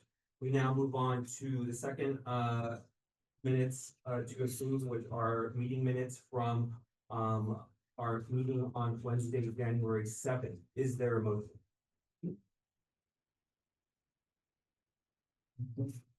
I will move. Is there a second? Second. There's a second from Commissioner Fuentes. Is there any discussion on the approval of the meeting minutes from January 7th? All right, seeing none, is there any objection to the approval? All right, without objection, so ordered. Thank you, commissioners. We now move on to the next item on the agenda, which is the executive director report on outreach and other matters. Sure, Mr. Chair, do you wanna have like a quick recess? Cause no commissioner can leave the room without us going into recess, and I think we might need a quick recess. Yes, commissioners, is there any objection to a 10-minute recess? Seeing none. so Okay, ordered. thank you so much. Felt so bad. Felt so bad, I was like.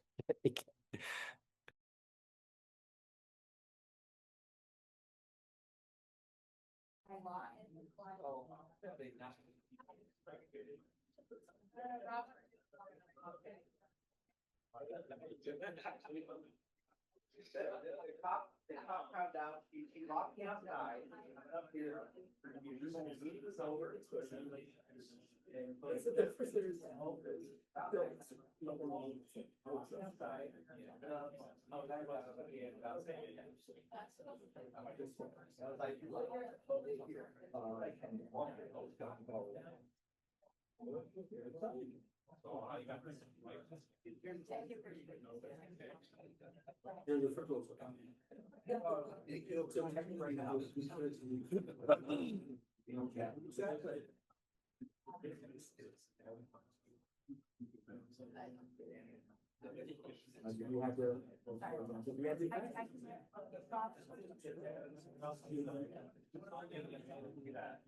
Right, here's the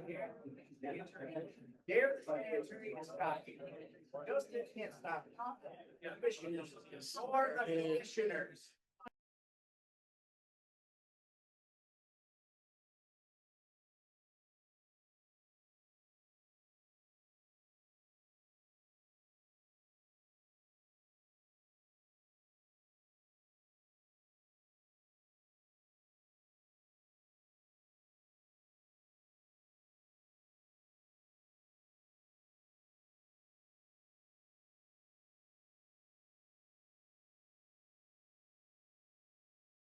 Conduct roll call, Commissioner Andrades. Present. Commissioner Fuentes, Present. Commissioner Mapp, Present. Commissioner Mesa is present, Commissioner Murray. Present.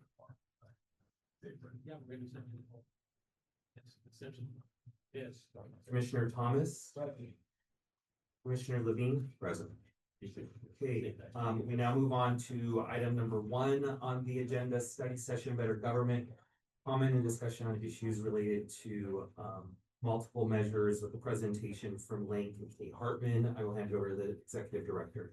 Sure, I think we have both Kay and Jamie coming to give this presentation, which we do have both printed on the screen and behind you. We just need to, I think, share on Zoom as well to share the screen.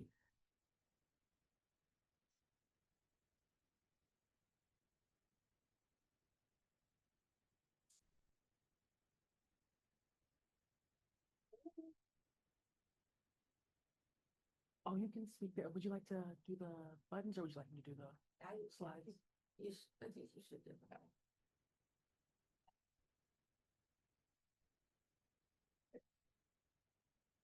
There we go. Now I can do it. Wait till they're sharing with Zoom. They're good. No. Done. You want us to go?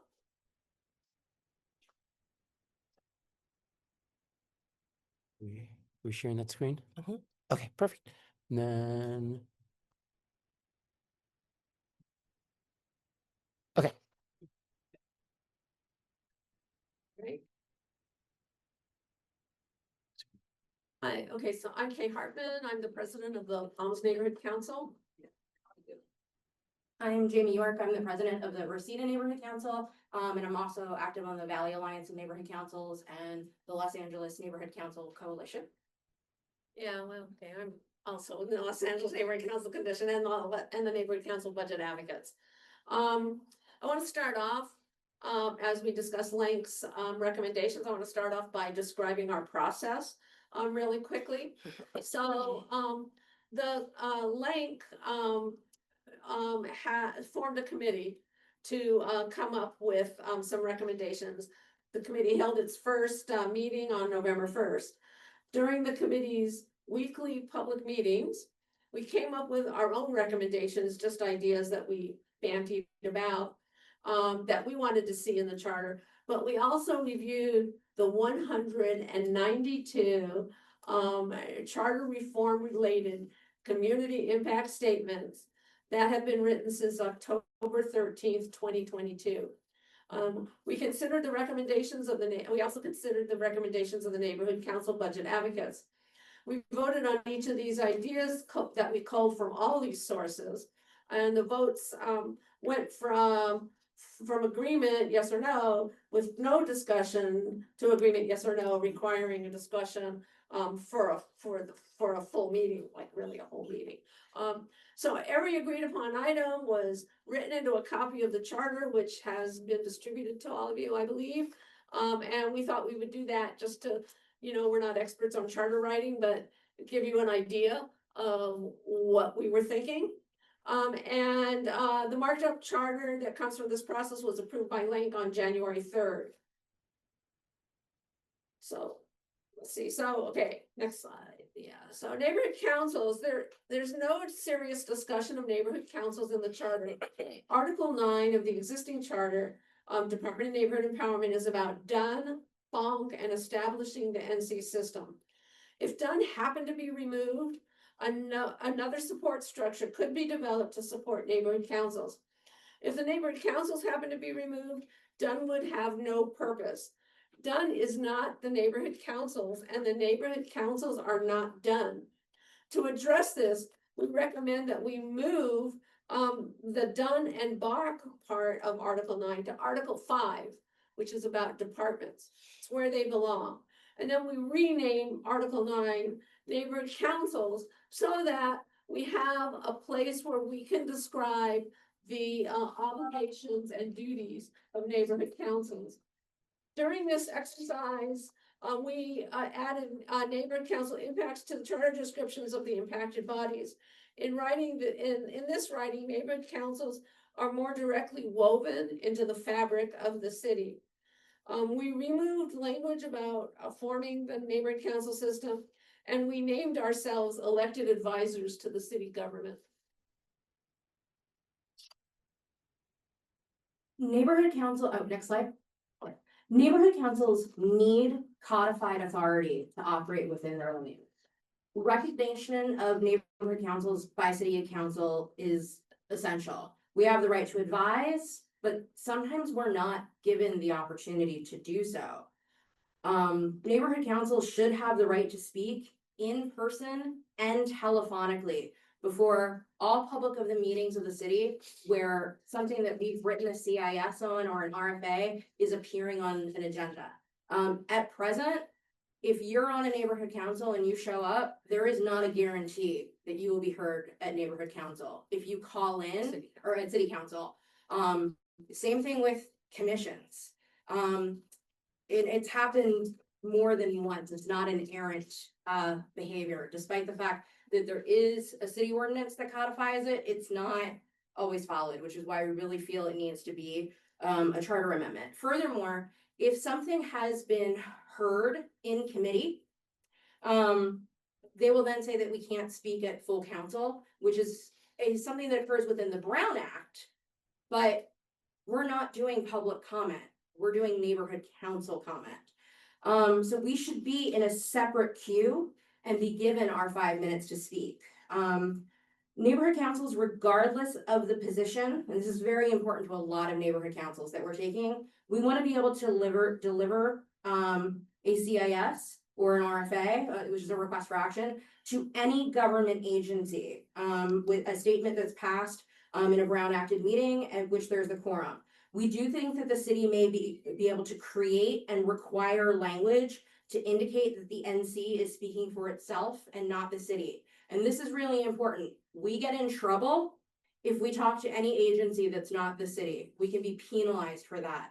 but people, representatives from county, state, federal, they come to our meetings, they speak, and we want our constituents to have that engagement, but we can't speak back to them.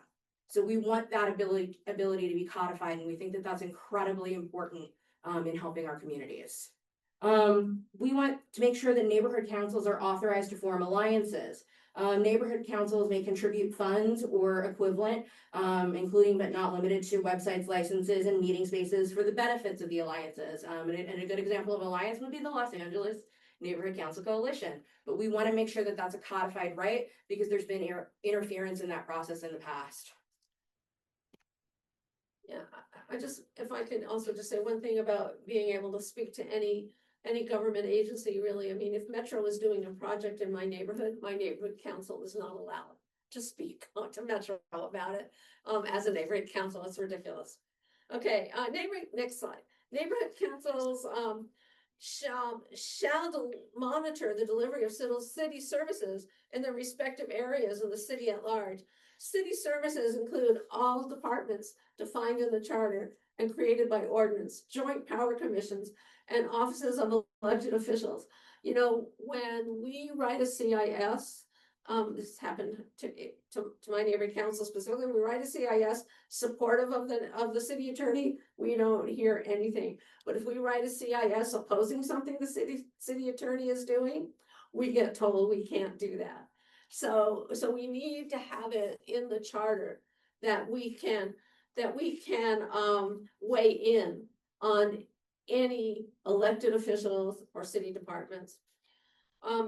City departments, commissions, and offices that issue permits, approvals, or regulatory decisions following a public hearing, including but not limited to city planning department, Department of Cannabis Regulation, and any successor or related offices, and ministerial construction projects that bypass city planning and go directly to building and safety, shall give NCs a minimum of 30 calendar days to weigh in. The Department of City Planning shall ensure that all documents related to a case before the department, including ministerial projects that bypass the Department of City Planning and go directly to the Department of Building and Safety, are made public and posted to the online case file.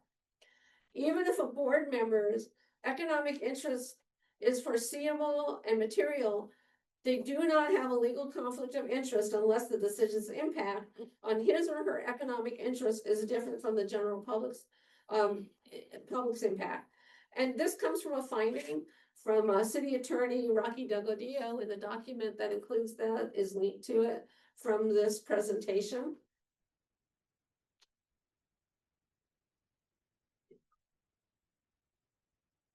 Excuse me.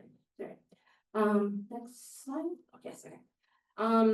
We want to include in the charter to make sure that the updated definition of stakeholder matches the definition voted on by City Council.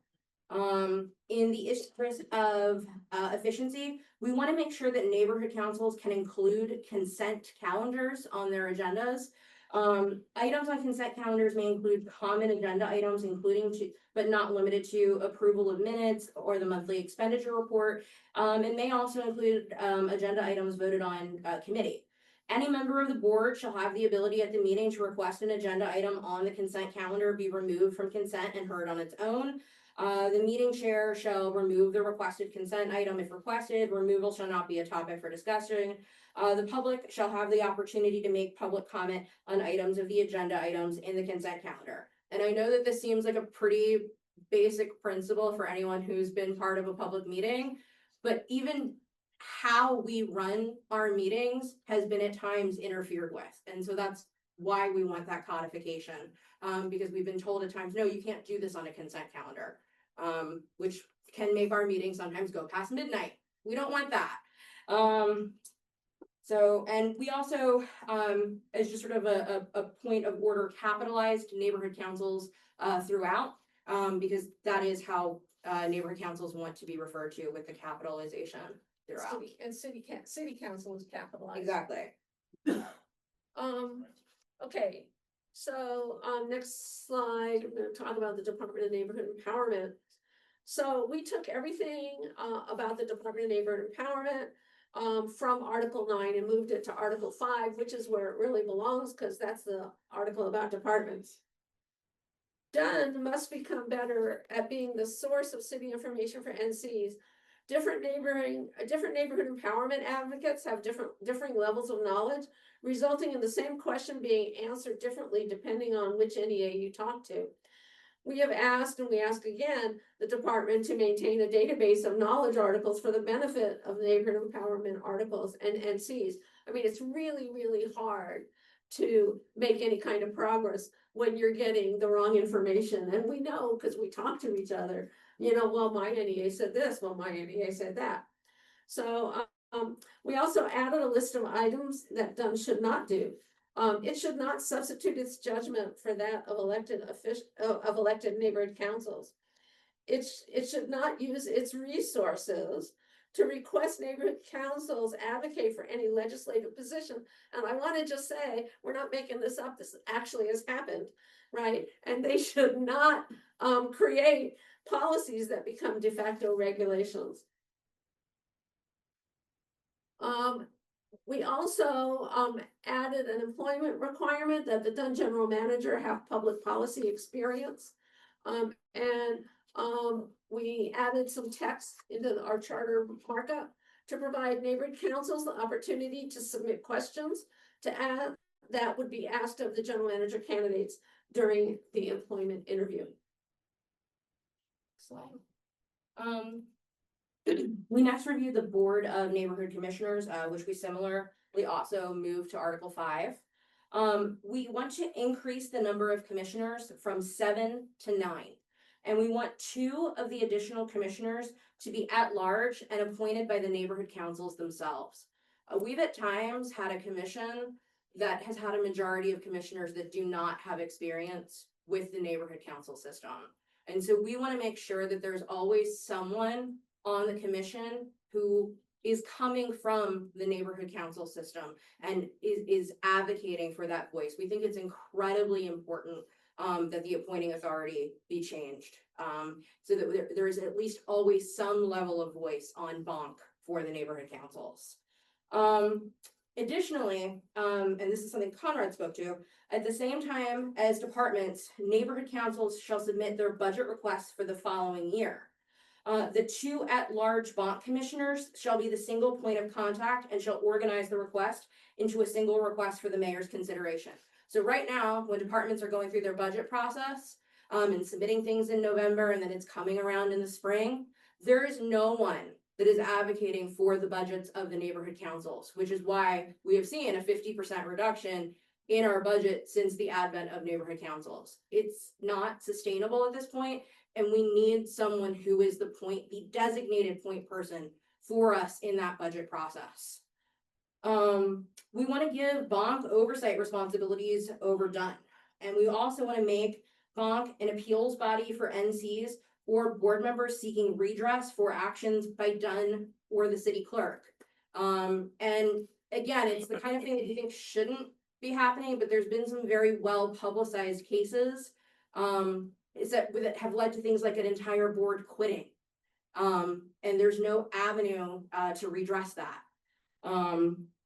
We want members of bonk to not be permitted to vote at commissioner meetings if they haven't completed their required training within 30 days of being seated, and to be able to continue voting, the required training must be current. That's the requirement for neighborhood council members.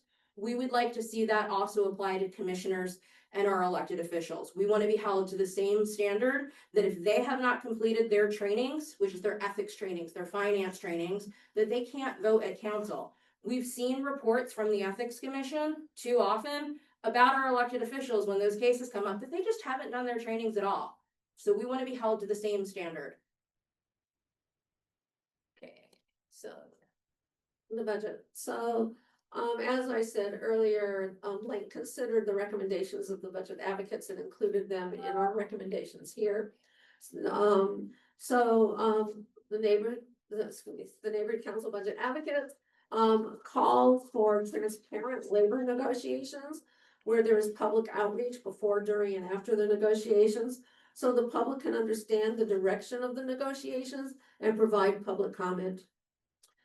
The city council shall not approve labor agreements that would create a current or future deficit. Since I've been involved in the system, which is 2019, I have never seen a year where there was a labor negotiation, a new contract that did not put us in deficit. As part of budget planning, the CAO shall prepare a 4-year budget outlook that reflects realistic anticipated raises for city employees. So the CAO already does this. It's not required, but he does it because, like, the mayor, the city council could not do their jobs if they didn't produce this. But the problem is that it doesn't reflect realistic anticipated raises. It's an unrealistic view, so we thought it would be good to put it in and to stress the realism that is needed. We support 2-year budgets.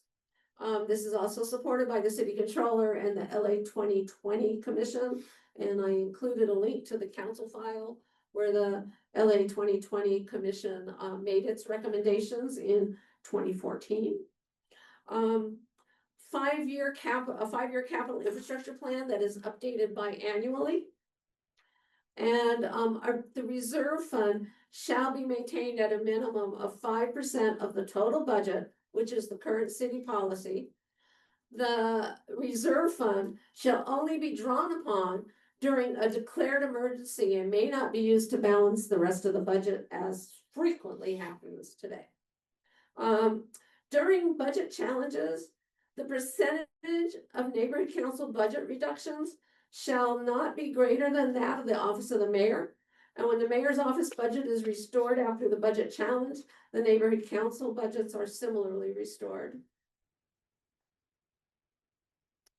Also, recommended by the next slide, sorry, yeah, thank you. Also, recommended by the Los Angeles 2020 Commission, is an Office of Transparency, Accountability. Budget Advocates and Lake both support this. The Office of Transparency and Accountability would be an independent watchdog. The office serves as the people's financial guardian, reviewing contracts, scrutinizing expenditures, and sounding the alarm when the numbers stop adding up.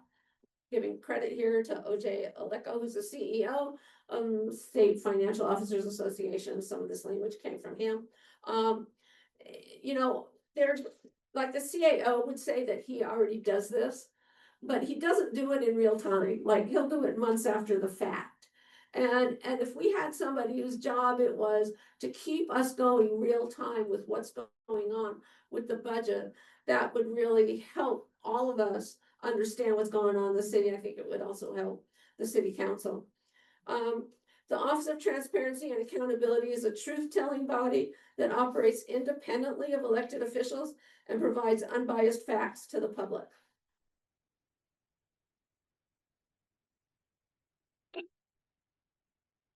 Okay, then we also have some recommendations for city council.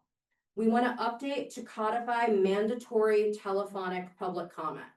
Working people cannot go downtown to get on a queue where they hope to get 1 minute to speak.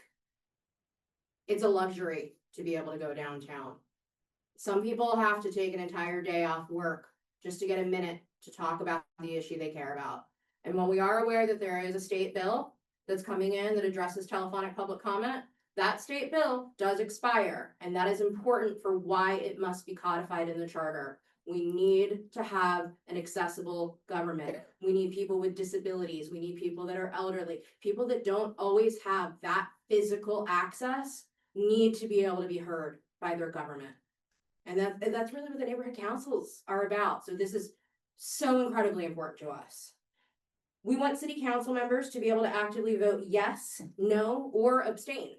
And we also want them to be visible to the public for the vote to count.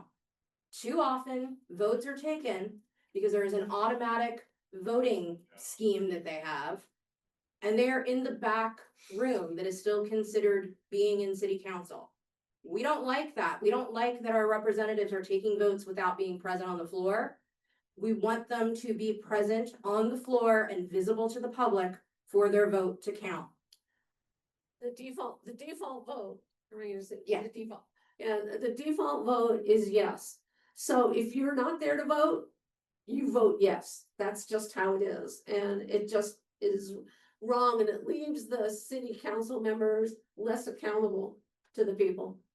And it also at times wastes time because then they have to go back and do revotes when people aren't paying attention and miss it, which has happened more than once. All the time, actually. We want each city council member, to meet with each NC in its district no less than once a year, if the NC wants that. We would like there to be some mechanism by which we can get face-to-face time with our council member or council members if you're represented by more than one, but we would like there to be at least that obligation. Too often, it's hard to get that face-to-face time with the council member, but it's really necessary. And so we would like there to be some level of obligation, if that is what the neighborhood council chooses, to exercise. We would like council members to file a Form 51 when recusing from a vote. That's presently required by commissioners, but it's not required by city council. It doesn't make any sense. So we think that they should be held to the same standard as the volunteer commissioners. Members of city council and all commissioners shall not be permitted to vote at city council or committee or commission meetings if they have not completed their required training within 30 days of being seated. And to be able to continue voting, their required trainings must be current. That is the standard neighborhood councils are held to. We will be kicked off of our neighborhood councils. Our votes will not count if our trainings are not up to date. So whatever trainings are required for, if you're a commissioner, if you're a city council member, they must be up to date for you to be able to vote. We just want to be held to that same standard. And in a city where there have been 4 indictments of city council members, we don't think it's too much to ask that they be held to a level of accountability on their ethics trainings. It seems very straightforward and simple to implement this. We want to limit the ability of a city council to adopt ordinances impacting the neighborhood council plan to administrative or ministerial actions. Anything else must go to the ballot for the public to decide. Specifically, city council may not through ordinance change neighborhood council composition or the terms of board members. Right now, each neighborhood council is responsible for essentially creating its own board, their terms, their bylaws. It's those kinds of changes are supposed to go through a charter process, but that's not been the case. We understand that there are many other ways in which they might need to do something at a municipal level, and that's fine. But when it comes to the composition of our board, it is too much power for that to not have to go through a charter change. And there have been attempts at this recently, and they sometimes seem motivated by one council member mad at one neighborhood council, but then it affects all of us. So it's just not what we want. We want, we already went through that one, the city council members. So, okay. All right, next slide. Great. Ethics Commission. We want to increase the number of commissioners from 5 to 7. One of the new commissioners is appointed by the neighborhood councils and one is appointed by the Ethics Commission itself. And we don't want city council to confirm the selection of Ethics Commission or the NCs, as long as they're meeting all the standards for which it qualifies to be an ethics commissioner, because we want to have some level of an independent voice on the Ethics Commission. We think that that's incredibly important. We want the Ethics Commission to have the ability to send items directly to the ballot when the city council does not advance a recommendation or heavily amends a recommendation. A great example of this would be the municipal lobbying ordinance, which hasn't been updated in like 25, 30 years, something like that. It's been killed at city council, killed at city council, and killed at city council. They're really necessary updates, but they're not ones that are popular with the folks that are regulated by them. And that's why they keep not being heard. We think it's very important that the Ethics Commission in this situation has the ability to bring those topics that are just within their subject to the voters. Because we don't think that the stagnation on ethics issues can keep going, and it's not sustainable for the city. We'd like to increase the Ethics Commission budget to $9 million and adjust it on a year-by-year basis on the changes in city revenue. And we would allow the budget to not be increased, but only in the case of a declared fiscal emergency. And we also would like to increase the time of adjudication of ethics complaints from 4 years to 5 years, which would put them more in line with what we have at a state and federal level. Oftentimes when ethics is pursuing something, they will be sort of subservient to either the feds or the county. And that makes sense, but it puts them at a disadvantage to bringing forward a case when there is a case to bring forward, when they're waiting on that other entity to move forward with their work. So we don't want the Ethics Commission to be at a disadvantage, and we just think it should match up. Next slide. City Attorney. We added neighborhood councils to the entities to which the city attorney provides legal advice. We want that the city attorney shall give an advice or opinion in writing when requested by a neighborhood council president or chair. We very often get advice from them. We very rarely get that advice in writing. It would be appreciated if it was in writing. We also do not think that the city council or the city attorney shall not limit public interactions for neighborhood councils more than it does for city councils. Do you want to talk to that one? Yeah, I do. So, I mean, it's, you know, you can look at things like neighborhood councils are not allowed to endorse a business. And the definition of endorse is very broad. So for example, we were talking about having an I am in Palms campaign, and I could not, according to the advice I get from the city attorney's office, I could not stand in front of a business and say, hi, I'm Kay Hartman, I'm standing in front of this business and I'm in Palms.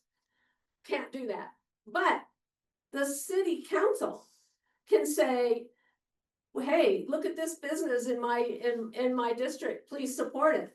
So why is something like that legal for the city council and not legal for the neighborhood councils? And I asked one of the neighborhood council advice division attorneys why this was, and she said, well, maybe city council is just getting different advice. And I'm like, that makes no sense. I mean, it's the law or it isn't the law.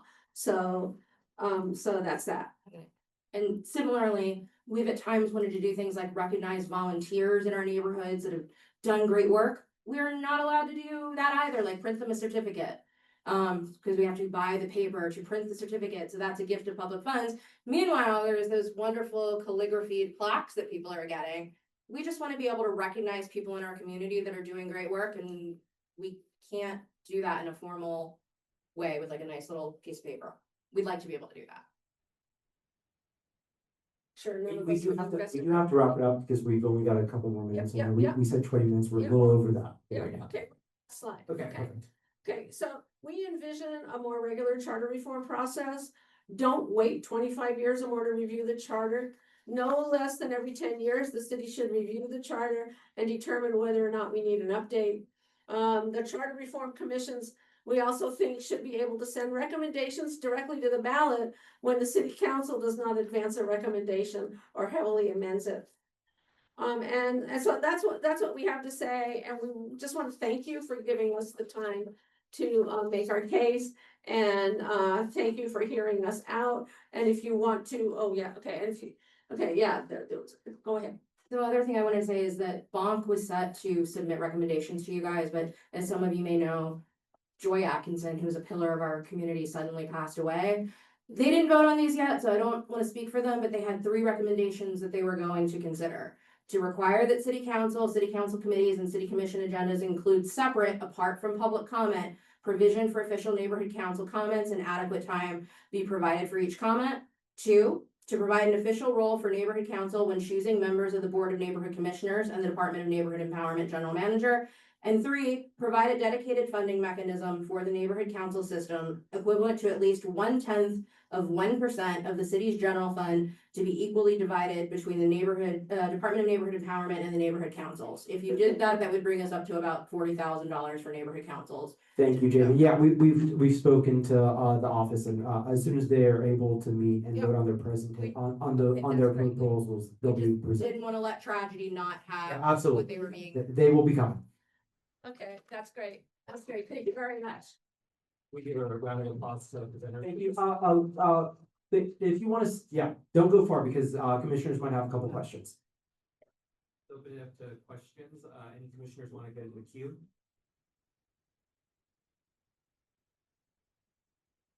Commissioner Mack. Hi, thank you for your presentation. I just had a quick question about bonk. Was curious for the commissioners, is there a term limit for, I feel like you guys would know. No, there's there's term limit. not. I see. They get reappointed periodically, but there's no limit on how long someone can serve. Thank you, that's helpful. Commissioner Levine, two questions.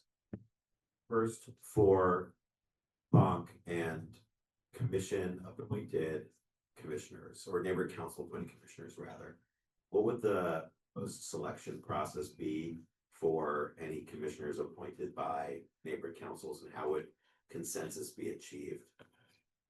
Go ahead. What we had discussed was that each neighborhood council would be able to take a vote from those that had submitted themselves for that process. And then that would have to go through, that neighborhood council would put it on their agenda and have that vote. So there would be essentially one vote for each of the 99 neighborhood councils. And then that would be how those two commissioners would be selected. So it would be spread out across the city. It wouldn't be, you know, just the voice of those participating, like it wouldn't just be that, but it would be based on the neighborhood councils taking a vote. And that process ideally would probably take about 2 months just to make sure that everybody has time to go through and put it on their agenda, because some neighborhood councils do occasionally go dark a month if there's a holiday or they can't get quorum. So it would take a little bit of time, and honestly, it's not that much more time than the mayor has to make an appointment to a commission now. We all know that it can take time to appoint people to commissions. So true. Another question. We've heard passionate public comment this evening about the need for neighborhood councils to be able to submit comment to other governmental bodies. What has been the rationale presented to neighborhood councils around your inability to do so? Okay, so what the city attorney says is that only elected officials as defined in the charter can represent the city. Okay, this is not a good good way to put it, because we don't want to represent the city. We just want to represent our neighborhoods. I mean, really, if Metro is going to put a train through my neighborhood, I would like my neighborhood council to be able to weigh in on that. But I cannot. Okay, but that, I mean, that's what they say. Well, you can't represent the city because you're not an elected official.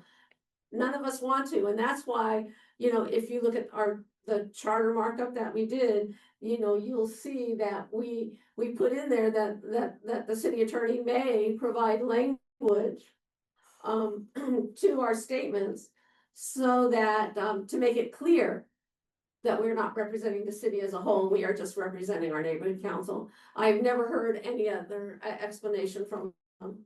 And if I may, there's a section of the charter that's specific to intergovernmental communications, which says that only council and the mayor have that authority. There's also an executive directive. There's an executive directive from the mayor as well that's been applied to us that says that you can't essentially use any city resources for intergovernmental communications. But that within the charter, executive directives do not apply to elected officials. And so that's also been the thing, that are we elected, or are we not? Because we're elected when it's convenient, we're volunteers when it's not. And that dichotomy of our very definition of being has been such a sore subject for us, because it's applied to us as being elected when it's useful for the city, but it's not when it's not useful for the city.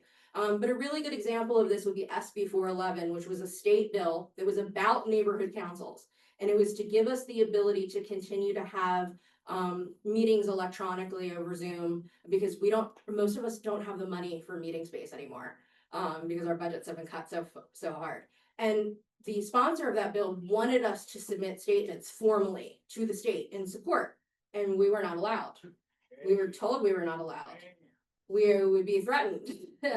And the only way that they can really punish us is by cutting our budget, which is something that they can do. It doesn't happen often, but in the circumstances that we exist under, it's not a risk that many of us are willing to take. But that's a really great example of it. It was a bill about us, for us, made for us, and we couldn't tell the state, yes, we need this. In that circumstance, did you find other way, did you communicate as private citizens with? That's really the only way to do it, but it's a lot more powerful for if the state's considering something about neighborhood councils, for the neighborhood council to weigh in. And I remember watching the hearings on the televised feed from Sacramento, and there were people in that committee that were going, well, why aren't the neighborhood councils here? Because we can't be. Because we can't be. And so they sometimes think that our lack of speaking is a lack of interest when it's not. We just want the ability to speak to who we need to speak to, and we're fine with a nice, big, bold disclaimer. But we want to be able to have the discussions about what's important to our community. And can I just add, like, okay, so I'm the president of the Palms Neighborhood Council. We represent 47,000 people. If I go and speak to the state senate or the state assembly, and I'm 47,000 people instead of one person, it makes a huge difference. Commissioner Levine, you can have one more follow-up. I want to go to Commissioner Thomas. We can circle back. Yeah, one more question is, you also mentioned the need for the formation of alliances. Is that supplemental to alliances that already exist, like VANC? Okay, it doesn't matter. Okay, so because alliances are not formalized, sometimes the city likes to get in between the neighborhood councils and the formation of an alliance. And the other thing that comes in is because they're not formal, there's really no legal way to support them monetarily. There is for the budget advocates, which is also an alliance, but the budget advocates specifically have an ordinance, right, and a fund created by ordinance. But for the other ones, they don't. So for example, VANC, where does its website come from? Who's paying for it? Okay, well, I could tell you, but I'm not gonna. But this is the problem that we have by not having it formally declared in the charter. Commissioner Thomas. For the life of me, I cannot understand why city council would not want to hear from the people on the ground. It makes absolutely no sense to me. Because you're gonna get the calls. You're accessible, they're not. I'm uncomfortable with the distance that I am from you all. And which is why I always will go out and talk to you all. That doesn't happen in council chambers unless you're one of the anointed ones. And so it sounds like to me that this is a prime example, a case study for why we need a public advocate. Because what you just said was that city council is squashing the voice of 47,000 people who are impacted by the services that the city is supposed to offer. That's what I just heard you say. Yeah, no. And 47,000 people is probably more than elected each one of them. Yeah, I mean, we are allowed to weigh in on city services, but we can't weigh in on county services or state services or federal services. But when I come to city council to make a statement about what my neighborhood council has supported, I have to get on the queue for public comment, which I'm not making, right? And maybe I get to present, maybe I don't. See, I assume that's the follow-up. So, a dear friend of mine, Francisco, when they came up with this concept of neighborhood councils, he was one of the people that was actively involved on the front line, that was making sure that this was going to be implemented properly. And he was all excited because in his view, he thought that this was once an opportunity for the people to speak directly to elected officials, that they would understand what is happening on the ground, because clearly they don't. You need only look at their policies. And so if there is a mechanism where people can speak beyond just the vote, because we know what happens with the vote, they get your vote and then you never hear from them again. So beyond just the vote, if we're talking about making Los Angeles more equitable for everybody, then we need to hear from the neighborhood councils. Now, I have had some issues with a particular neighborhood council. I won't name it, but the racism was off the chain. And even when I asked staff to produce a document that documented the number of complaints that Black folks have filed with regards to neighborhood council and racism in this San Fernando Valley neighborhood council, I think if my memory may escape me, but I think it was only about, and I'm gonna be liberal, let's say 13.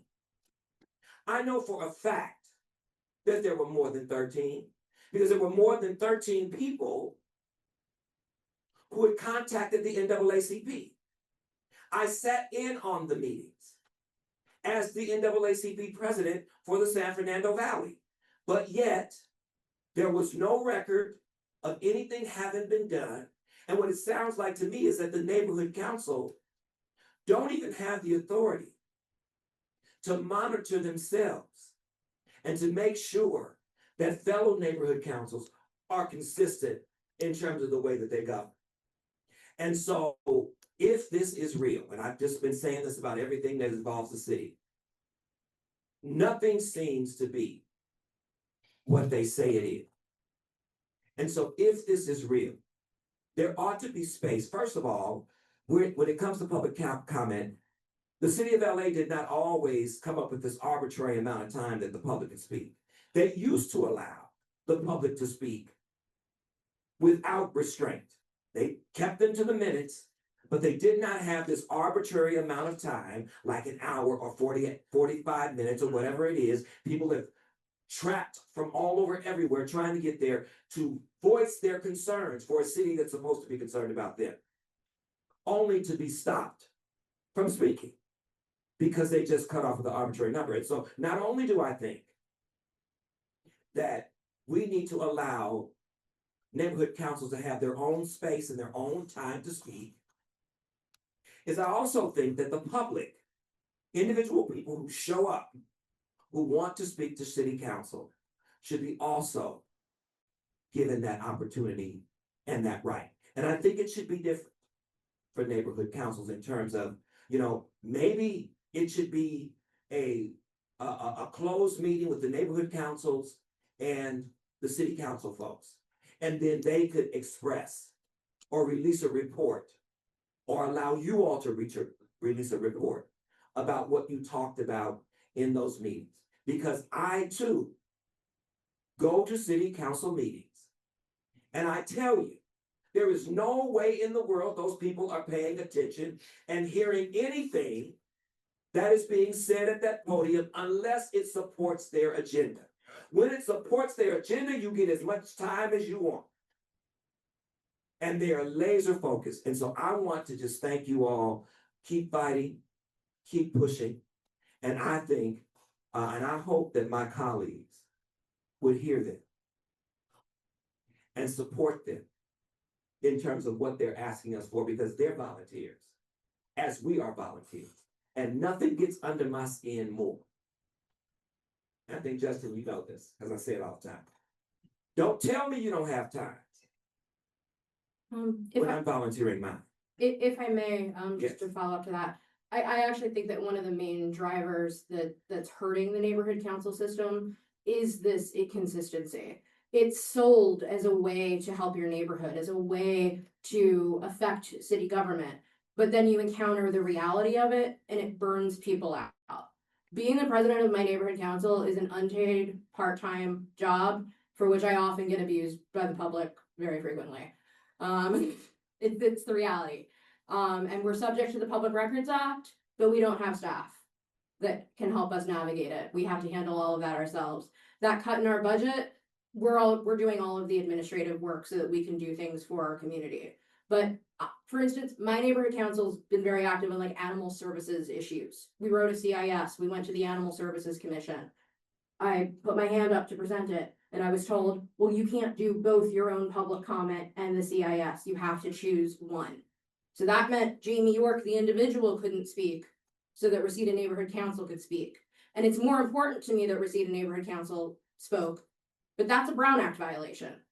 I've seen at City Council, the city attorney, not you, Mr. Grote, ask the neighborhood council member, well, are you the designated speaker? That's not a term of art within neighborhood councils. That's not something that the city attorney determines. Each neighborhood council determines who can speak for their neighborhood council differently. My neighborhood council, any of the neighborhood council members can speak as long as you're sticking substantially to what we submitted. You can't just like go on a rant and make your own stuff up, but anyone can do it. Other neighborhood councils, it might just be the president, but that's not something that the city attorney would know. There's no list of designated speakers. And I saw that person be denied the ability to speak for their neighborhood council. Other times neighborhood councils, when we still had telephonic comment, would call in, but because there's no separate queue, those neighborhood councils were not heard from because they're lumped in with public comment. What we would like is what we had today, a separate queue for neighborhood council comment that does not count against public comment. That's very important. It cannot count against public comment because it's not public comment. It's not. We go through a Brown Act meeting. We have a whole vote, a whole discussion, go through all of that rigmarole to sometimes be told, nope, sorry, you don't get to speak. You take off work for half a day. Nope, sorry, don't have time for it. And so that's why we need that codification. There are so many people that get burnt out on this process because they think that they're going to be able to have their voice matter, and it doesn't. And the reality is, and I'm a better example of this than most, if you piss off council enough, like, you'll get punished for it. When you try to do something with neighborhood councils, like I did with the municipal lobbying ordinance, where 45 neighborhood councils tried to get that thing fixed, and it didn't matter. But you tried to do it the right way. And the reality is a neighborhood council member shouldn't have to know the minutia of ordinances to make sure that their voice is heard. I went down a whole rabbit hole of pulling the minutes from a meeting a couple years ago that actually says that council is supposed to give neighborhood council comment a separate time, but that's not enforced. It's not even in the council rules, even though it was passed in the meeting and in the minutes it said, this is what's added, but it's not on the council rules. So there's an inconsistency to how we're treated. We just want it to be consistent. And we just want it to make it worthwhile for people to be on the neighborhood council because we have to give up a lot of time to follow all of these rules. And sometimes it's for nothing. Commissioners, let's give our presenters a round of applause, please. Thank you very much for the opportunity. Thank you. Thank you. We're gonna move to item 2, comment and discussion on the ad hoc committee report. I'm gonna ask the staff to go through the report and then we'll open it for comment. we not sharing anymore? Commissioners, I wanna also let you know as we go through and you take notes and things come up, to take notes of any potential changes that you would want at our next full commission meeting. We will entertain amendments to the ad hoc committee report. But let's get started with the staff report, please. Sure, thank you, Mr. Chair. I think commissioners, the report that you have in front of you is a summary report out of the actions taken on Saturday's ad hoc. The reason that the chair and we discussed delivering this report today and having this initial discussion today, but not, actually, like taking a vote on the report, and that's why it's, worded the way it is on the agenda, is because, for a couple reasons, it was a quick turnaround, to get this report to you, since the meeting was on a Saturday, and we have just quorum today, so those two things, led us to think that maybe it's good to have a first, readout of it, discussion, of course, but, not to take any formal action on this, but to do so, at a later date, which will be announced. We do have the next ad hoc committee meeting on the 31st. It will be held at Occidental. And it will cover, personnel and budget, as well as better government, committee works. And, then some cleanup stuff, that we weren't able to get to, this past Saturday. Can I ask a question? Sure, but, any questions so far on anything that I've said so far? Yes. Maybe that's what you're asking. Yeah, my question is about. Sure. The meeting in Occidental, and that's because it needs to be in that.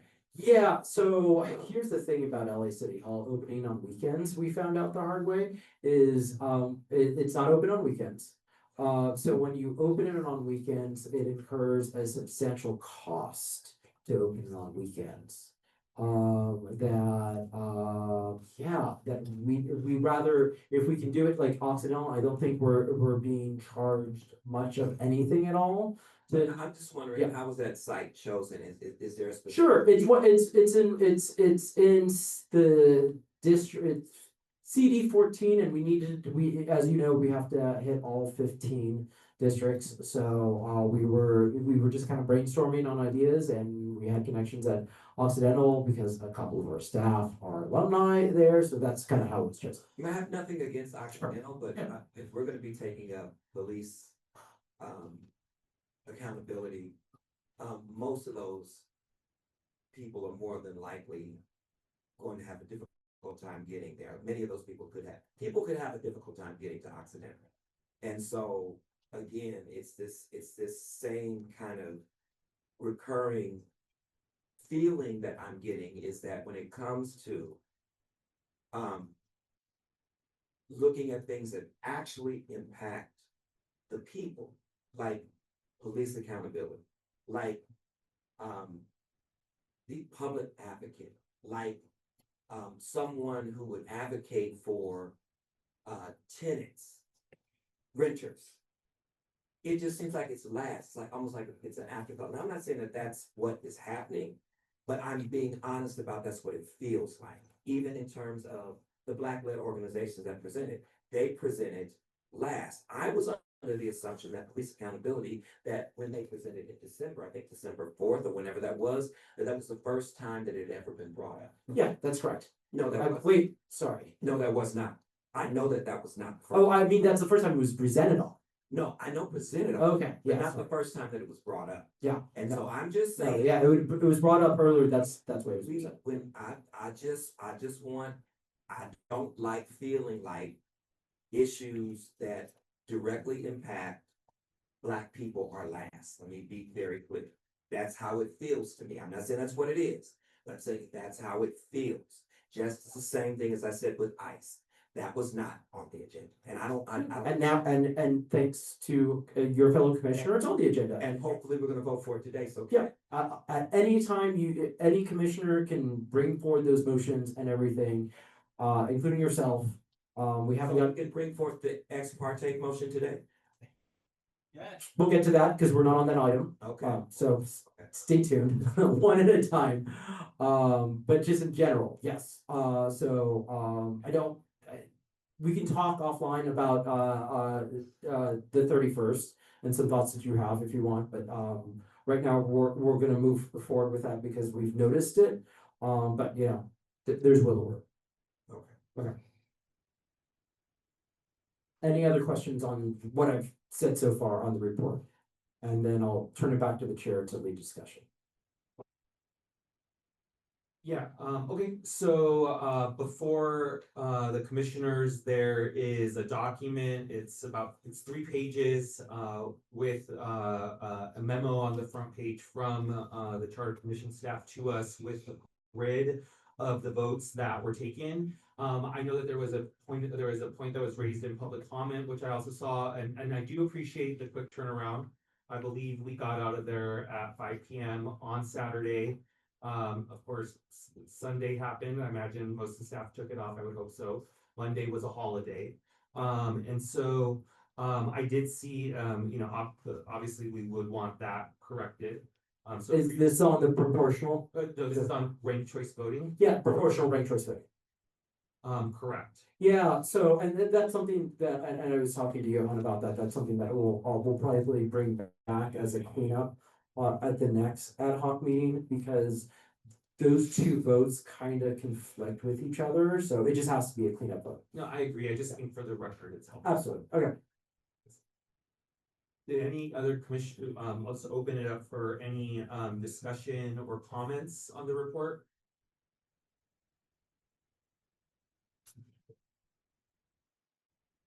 I think it's helpful and a good overview, but for the next time we get this written out, if the actual votes of who voted which way, that would be helpful. I know it'd take a bit of extra time. It will, yeah, it was a quick turnaround, but that's something we can add to this. Yeah. Thank you. Thank you. Or I think just adding on to that, just even providing the meeting minutes instead, as printed material. So I did read it online and it has who voted for what, and so maybe that is the way that. Yeah, we agree, yeah. And technically, we did do meeting minutes for this week, since it's an ad hoc, we don't have to do meeting minutes, but we do meeting minutes for it, so yeah. So those two things combined, yeah.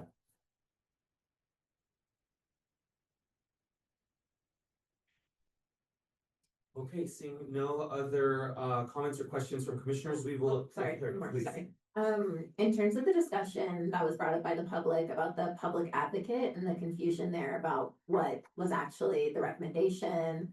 I know the controller showed up and showed out as well with what he perceived to be the recommendation. Is there a way to revisit that? Yes. Or how would that have to? I would change my, had I understood, because I kept saying in the meeting, who is going to be protecting the people? Who is going to be protecting the people? There needs to be someone who is looking out for the interests of the residents of Los Angeles. And I did not know, based upon what I heard, that could be, that was actually the role. I wasn't here, I don't recall the public advocate from New York. I have since done a little research on my own, and that is exactly what we need in Los Angeles. It is exactly, and it needs to be made very, very clear, because no one, we cannot depend on don't even get me on the city attorney. No disrespect over there, sir. That's not talking about you, but I don't want the city attorney represent, advocate for me, because she's not going to. It's not. Oops, sorry, just to clarify, no, you're good. For that specific motion, would it need to be brought back to the full commission, or would you all be able to hold the research that they were referencing? I'll respond to this. Sure, I'll defer. Thank you for the question, Commissioner Fuentes, because it's an example that maybe other commissioners are thinking for other items as well. So on this one, it's on the, I don't like double-sided pages, but as the commission staff as well, where for this reason. So it's on the third, it's on the front page of the second, the motion, or the third page of all printed sides. It says motion to dispose of public advocate. At the meeting where we are gonna have a vote on this, any commissioner wishing to make a change, you could do it in the form of an amendment. So under this example, you would move to amend the reinstatement of the recommendation for a public advocate, and then we'll have discussion on that motion. I think just to, sorry, piggyback back off of that, what the public was bringing up was it seemed like what they actually brought and presented wasn't in any of our documents. And that's where the confusion lied, I think. So if we were to bring back that motion, would we have supporting documents to the public's recommendations? Yes. Of the NYC comptroller and that specificity of the position? Because I think what you all had voted to dispose of referenced something different. Right? And I'll just say, I mean, hopefully when you all do get a chance to vote on the report and the subsequent report, every vote can be turned over, even if you vote at that vote, if you've moved something forward, it's not final until it's final, until the final report is passed. I will say, the further we push things down the line, the less time we have to write charter language and to do research and everything. So I will just, you will hear me say this, on repeat, we have less time every day, to do this work, so. Can we vote to move it forward today? No, not today, not today. To Commissioner Fuentes' specific question though, on information related to the public advocate, what we can make sure to do is to get all the information that has been submitted. There's been a lot, and to make sure that commissioners have it available for that discussion. Okay, that would be perfect, because I think that's what led to the confusion surrounding that and the outcome of that vote. Got it. And it might be a good idea to even have another conversation when we decide to vote on this. It seems like I think it's probably one of the most important things that we can do. And it sounds like the community thinks so as well. So it may be a good idea to reach out to the presenter and at least have them make public comment or be available for us to ask questions before we vote on this, so that everybody is clear. Is this New York? Yes. Yeah, and it's definitely, their presentation's online, their doc is online, commissioners who sat through that presentation, the governance structures are also resources. Commissioners Fuentes, your book ended by them, they can, talk about that, as well. Thank you, commissioners. Any other questions or comments on the staff report? Okay, can I have a motion to receive and file, please? I'll second. Commissioner Andrade made the motion. Is there any objection? All right, seeing none, the report is received and filed. Thank you, commissioners. We move on to item number 3, a motion by Commissioner Fuentes for consideration of the right of access to counsel for deportation defense placed in the Los Angeles City Charter. Commissioner Fuentes. Before introducing the item, I wanted to thank the hundreds of Angelinos who wrote in and shared their experiences, as well as support for the motion itself. The volume and substance of the public comment was striking, to speak for my fellow commissioners here, and many of the stories were deeply personal. What we heard consistently is that deportation is not an abstract policy issue. It is life-changing with permanent consequences for individuals, families, and communities. Many commenters describe the fear, confusion, and trauma that come with navigating immigration proceedings without legal representation in a system that is complex, unforgiving, and often does not guarantee counsel even when people's liberty, livelihoods, and family unity are on the line. That is why this conversation matters. Enshrining the right of access to counsel for deportation defense in the LA City Charter is about transparency, accountability, and human dignity, and about responding to what we heard clearly today from the public as well as online. And accordingly, I move that the commission directs staff to research and produce a report in partnership with relevant community organizations and appropriate city departments on feasibility, scope, and implications of enshrining the right of access to counsel for deportation defense in the Los Angeles City Charter. Is there a second? Second.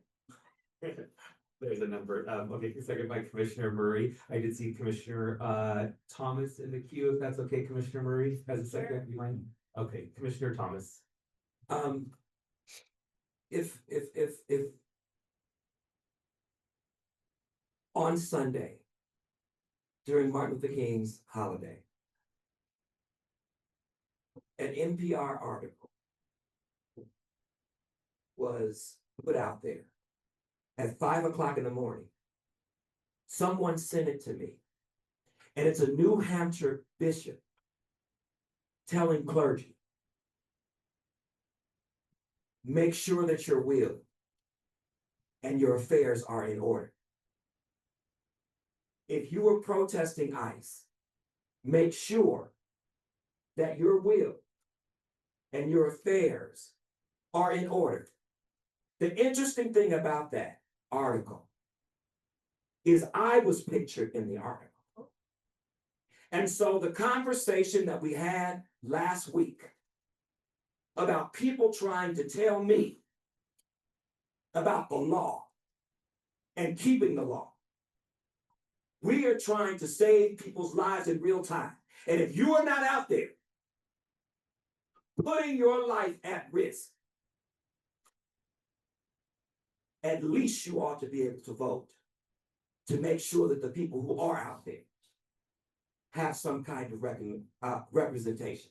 And I wanted to say that because and I've been saying this over and over, and I know that I don't present like y'all, and I don't want to. I present like somebody that's in the street, who is trying to do everything I can, even putting my own life on the line, in order to make this city what it's supposed to be, a city of angels. And I say that unapologetically. I've said it over and over. We have a job to do that is significant. We are not politicians. That's not who we are. We are members of the community volunteering our time. And history will record who we were. Martin Luther King's birthday holiday, I have to think about clergy being killed by ICE. I want that to sink in. And then the next day, I go to the King Parade. And the police are marching in the parade. As a matter of fact, because of the way that people were approaching the mayor, and young people got into some little brawl that the police stood and watched, they shut down Martin Luther King Day. And the reason that that is important, and they should not be there, the reason that that is important is that Martin Luther King was not killed by that white man who went to prison. Martin Luther King was killed by a Memphis police officer working with the FBI. It is documented in Coretta Scott King's wrongful death lawsuit. It is documented. And so all I'm saying is, we have the community, we are paying people to do what these, if we only follow what the community is saying, we'd have a better city. If we followed what the community is saying, not what elected officials are doing, because it's always to be politically expedient. Any elected official that says that they don't make decisions based upon it being politically expedient, they are not telling you the truth.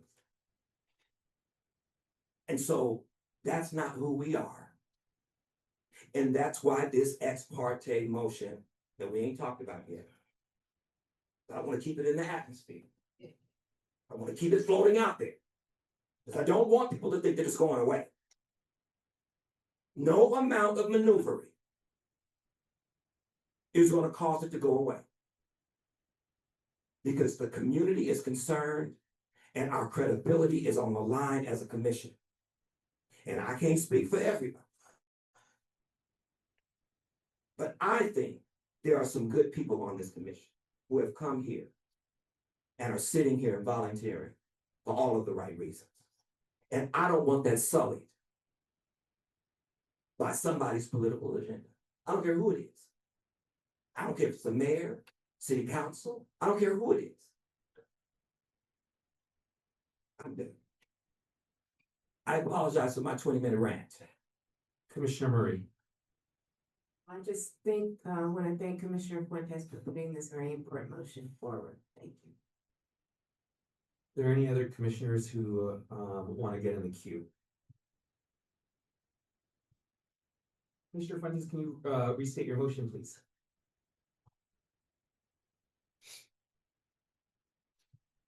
Sorry, I'm pulling it up.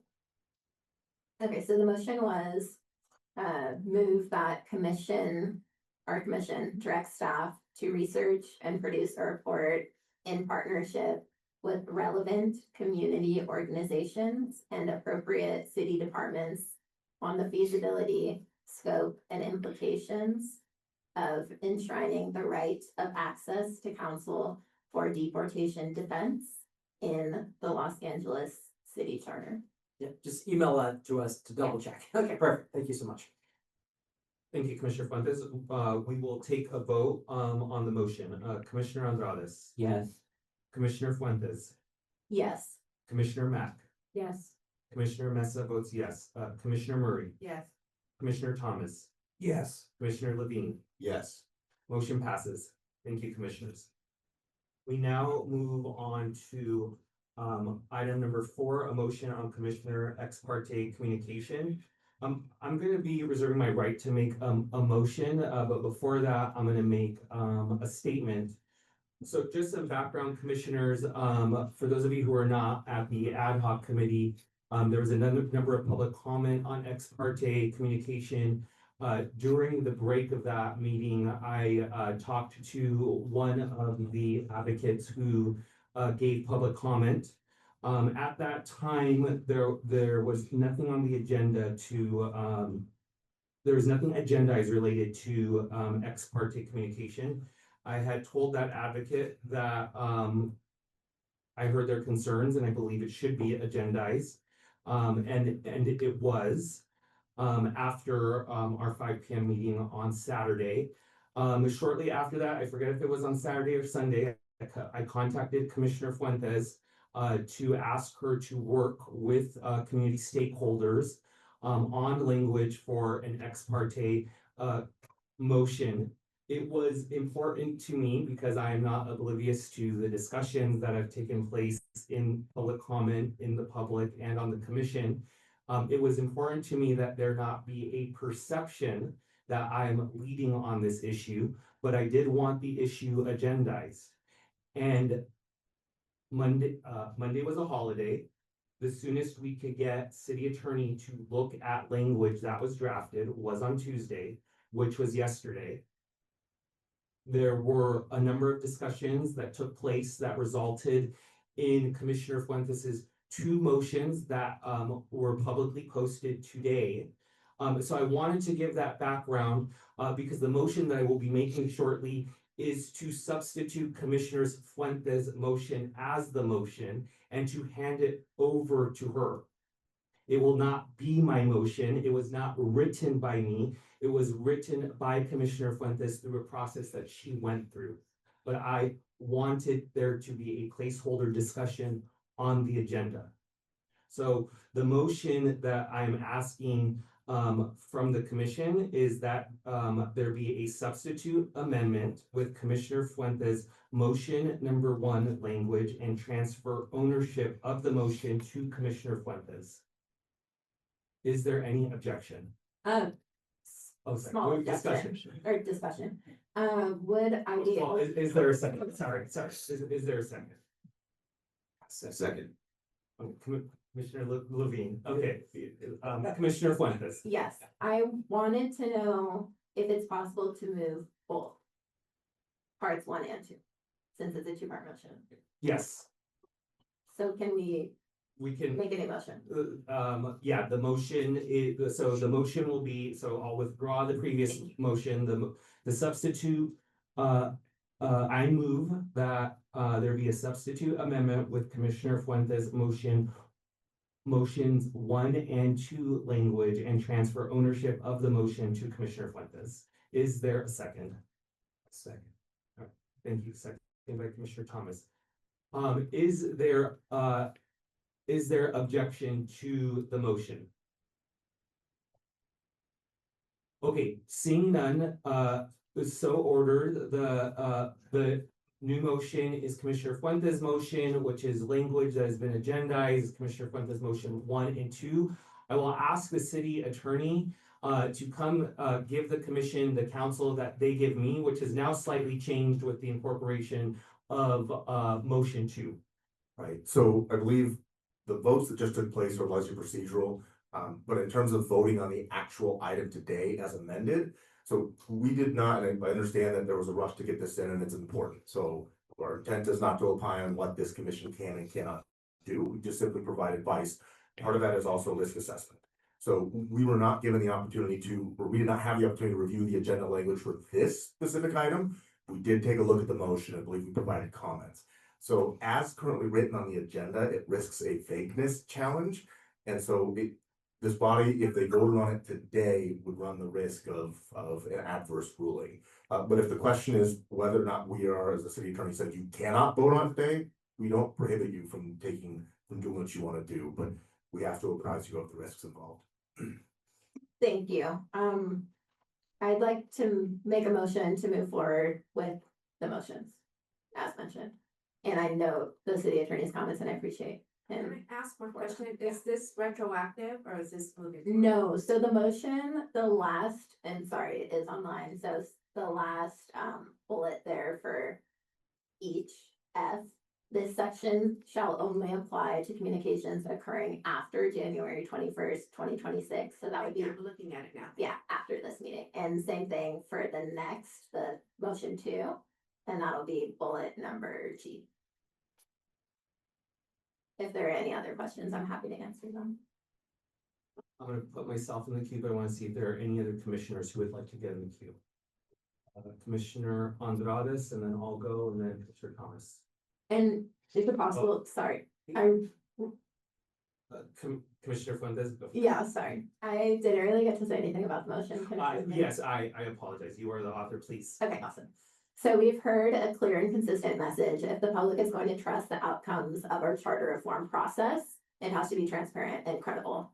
A clear disclosure framework like this 2-part motion helps protect the integrity of our work, ensures everyone is operating by the same standards, and makes it easier for the public to understand how information is flowing.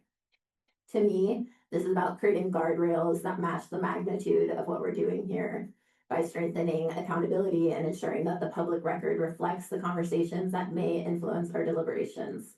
With that, I'm looking forward to bringing these motions forward for discussion today and working with colleagues, staff, and the public to get this right finally. Commissioner Andrades. My only question is, how does this motion differ from the language that was voted on by city council earlier this week? It differs slightly. There's a bit more specificity here, but the main point that I want to underscore is that that probably wouldn't go into effect, that council motion, until mid-February, late February. Oh, no, I So get that. I was just wondering what what is the difference? Is specificity the required? date Oh. that this would be implemented. Okay, thank you. Yeah. Commissioner Levine. Just a question of the city attorney. Sorry, one other part. For city council, I do not believe their motion extended to staff. This would include staff. For the city attorney, can you expand on the legal risk of a vagueness determination? So generally on any item, not necessarily just this, but if the agenda description is determined to be too vague, then the action itself could be undone. There are alternatives, and again, it's up to this body to determine what they want to do today, or if they want to agendize a special. I believe, as some of the public speakers have said, a special could be subject to your availability, would just require 24 hours advance notice. So the net effect of the rule being challenged would be to undo the rule at that point. This motion calls for disclosure of ex parte communications. Would the rule be undone in the future? We still would have the public value of any disclosures that occur between now and that potential future action, but there would not be additional financial, legal risk to the city as a result of that determination. It would simply be, we would need to reissue any kind of ex parte disclosure requirements. Would likely just be redoing the action. Any significant, I mean, it depends on what the actual challenge is, but minimal in terms of your question of the exposure. That. Myself in the queue, and then Commissioner Thomas. Okay. I'm gonna reserve my right to make an amendment, and I wanna explain it first. Commissioner Fuentes, I shared this with you and I want to share it with the entire commission. As you mentioned, one of the differences with your motion is the disclosure for the staff requirement. I want to fully acknowledge what some may think about this, which is without a staff requirement, there could be an intermediary that could talk to, that the staff could be an intermediary that could talk to elected officials that could then talk to commissioners. And so I fully understand that. And I'm still going to provide the reasons that I do not support the staff disclosure, which is we have on our team of the 4 staff, we have 1 person who has had a lengthy career in City Hall. The other 3 staff have not. It is not uncommon for an elected official's staff person to call one of our staff and say, hey, I heard a discussion that's been taking place in the commission, like, did this commissioner really mean that? Or can you tell me more about what the committee was thinking? I didn't get to capture, didn't get to check the entire thing. And yes, they would have the ability to go through the video record. And maybe they're lazy, maybe they're not, maybe they just want a quick answer. I don't know the reason. That would require disclosure.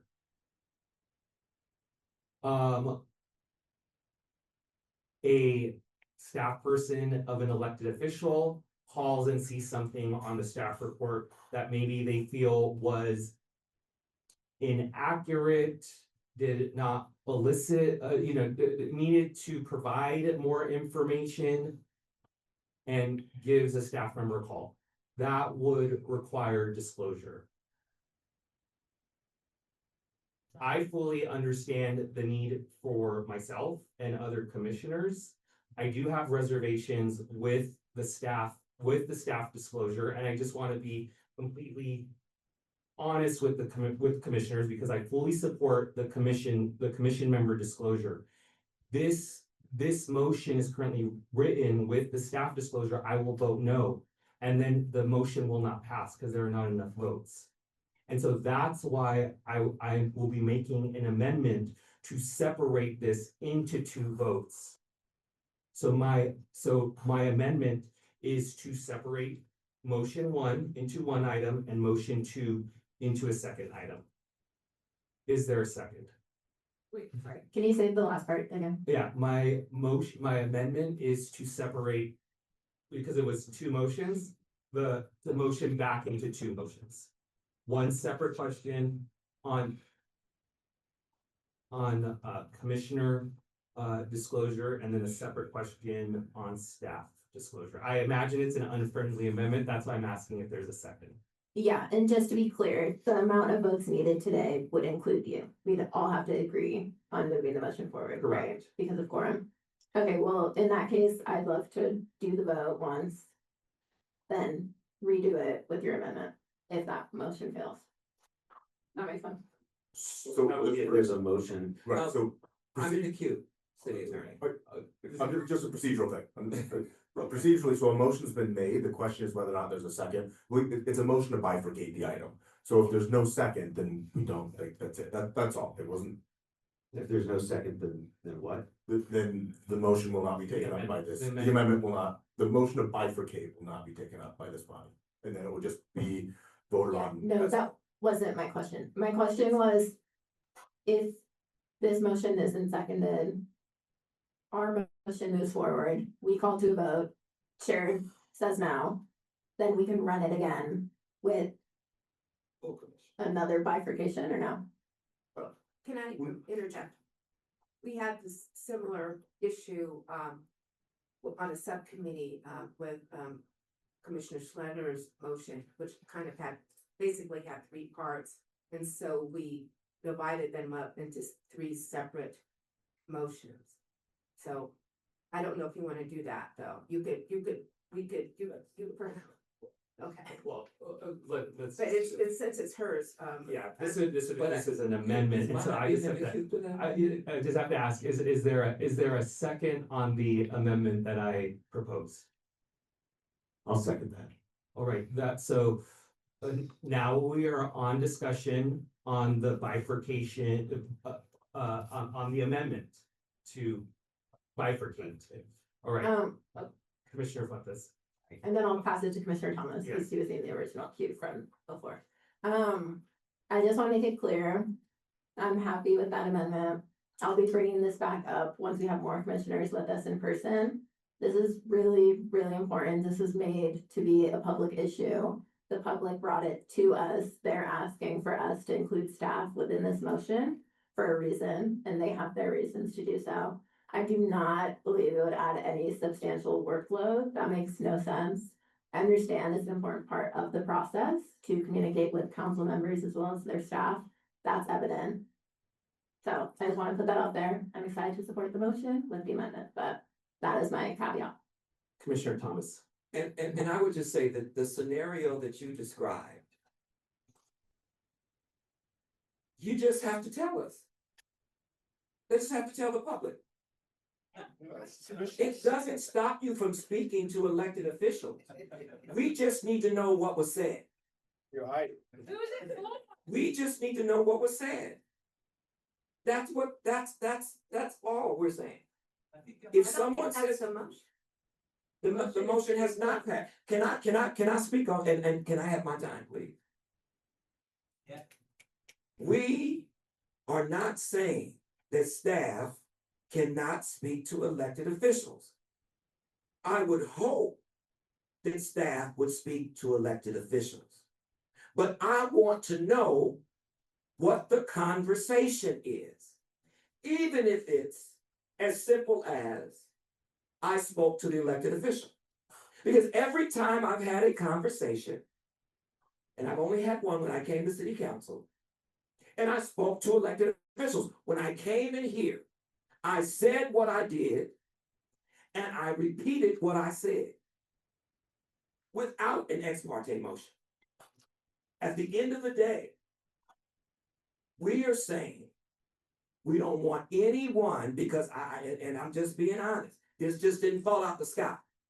There was a reason that the community feels the way that they do. There is a reason.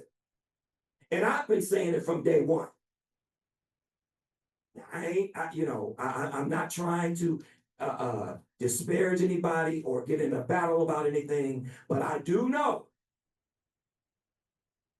that it has, at first it was my concern. And I talked to you personally, I've talked to you one-on-one. It was my concern.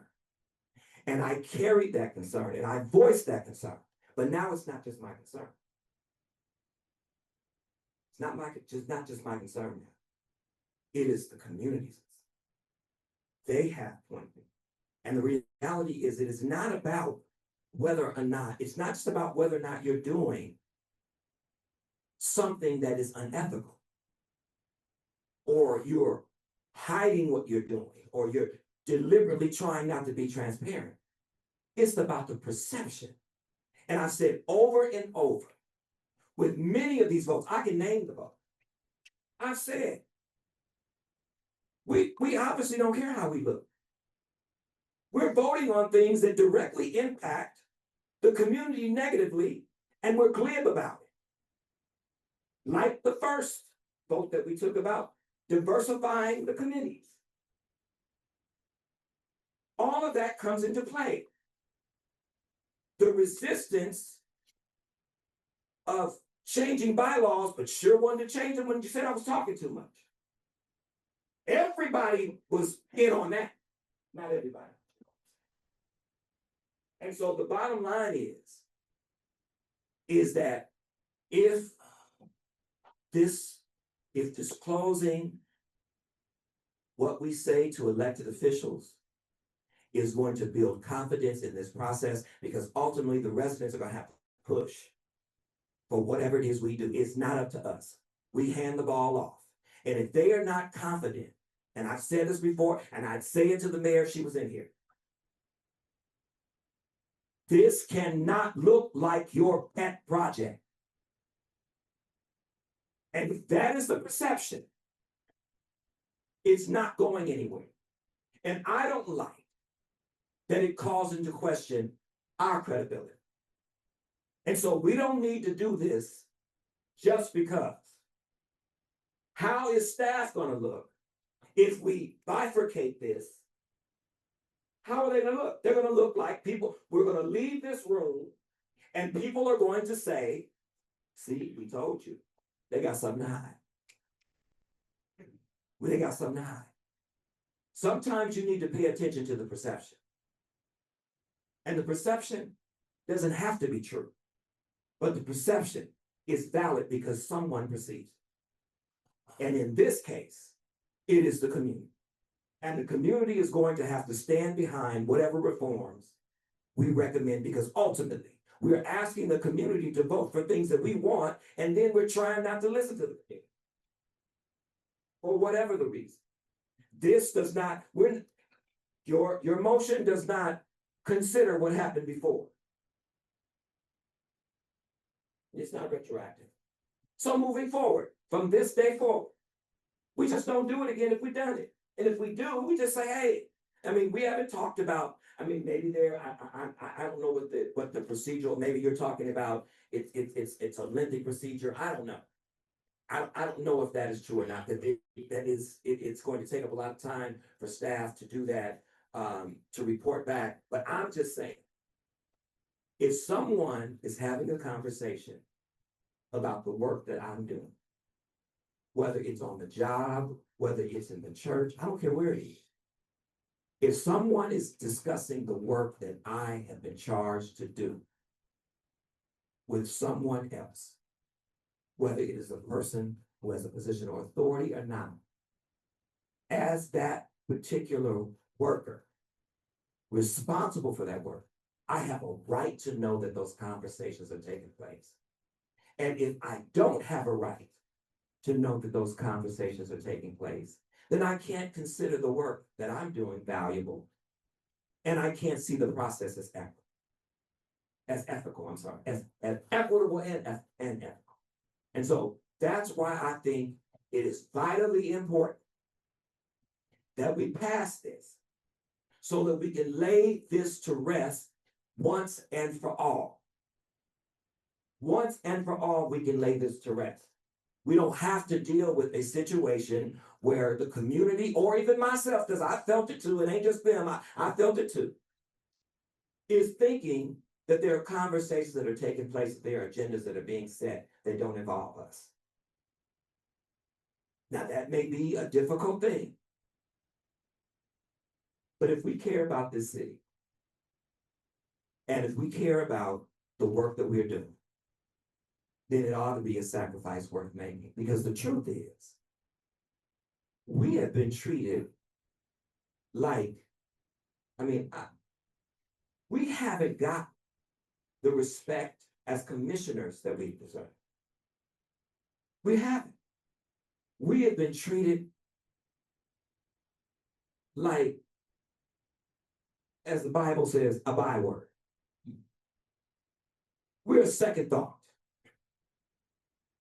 We haven't been treated the way that we should have. And that probably is, and I know that that is true for staff as well, because this process has been hung up for 6 months. And so now, because of that, staff has to work just that much harder and faster. When at the end of the day, we didn't determine how long this process would be. The folks who envisioned this commission did. And it's not fair to us, it's not fair to staff, and it's not fair to the community.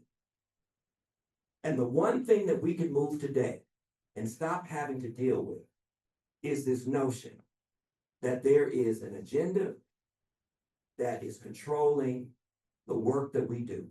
We can stop that today by passing this motion.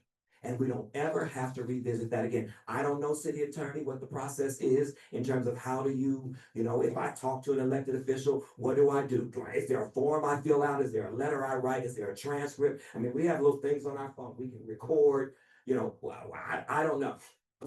What would you have to do extra, Justin? Yeah, and that's a really good question. I don't know. City attorney staff don't know. We haven't had enough time to study this, and I'm broken record. I want to be working on the charter for you all. I really want to be working on the charter day in and day out, and that's all I want to focus on.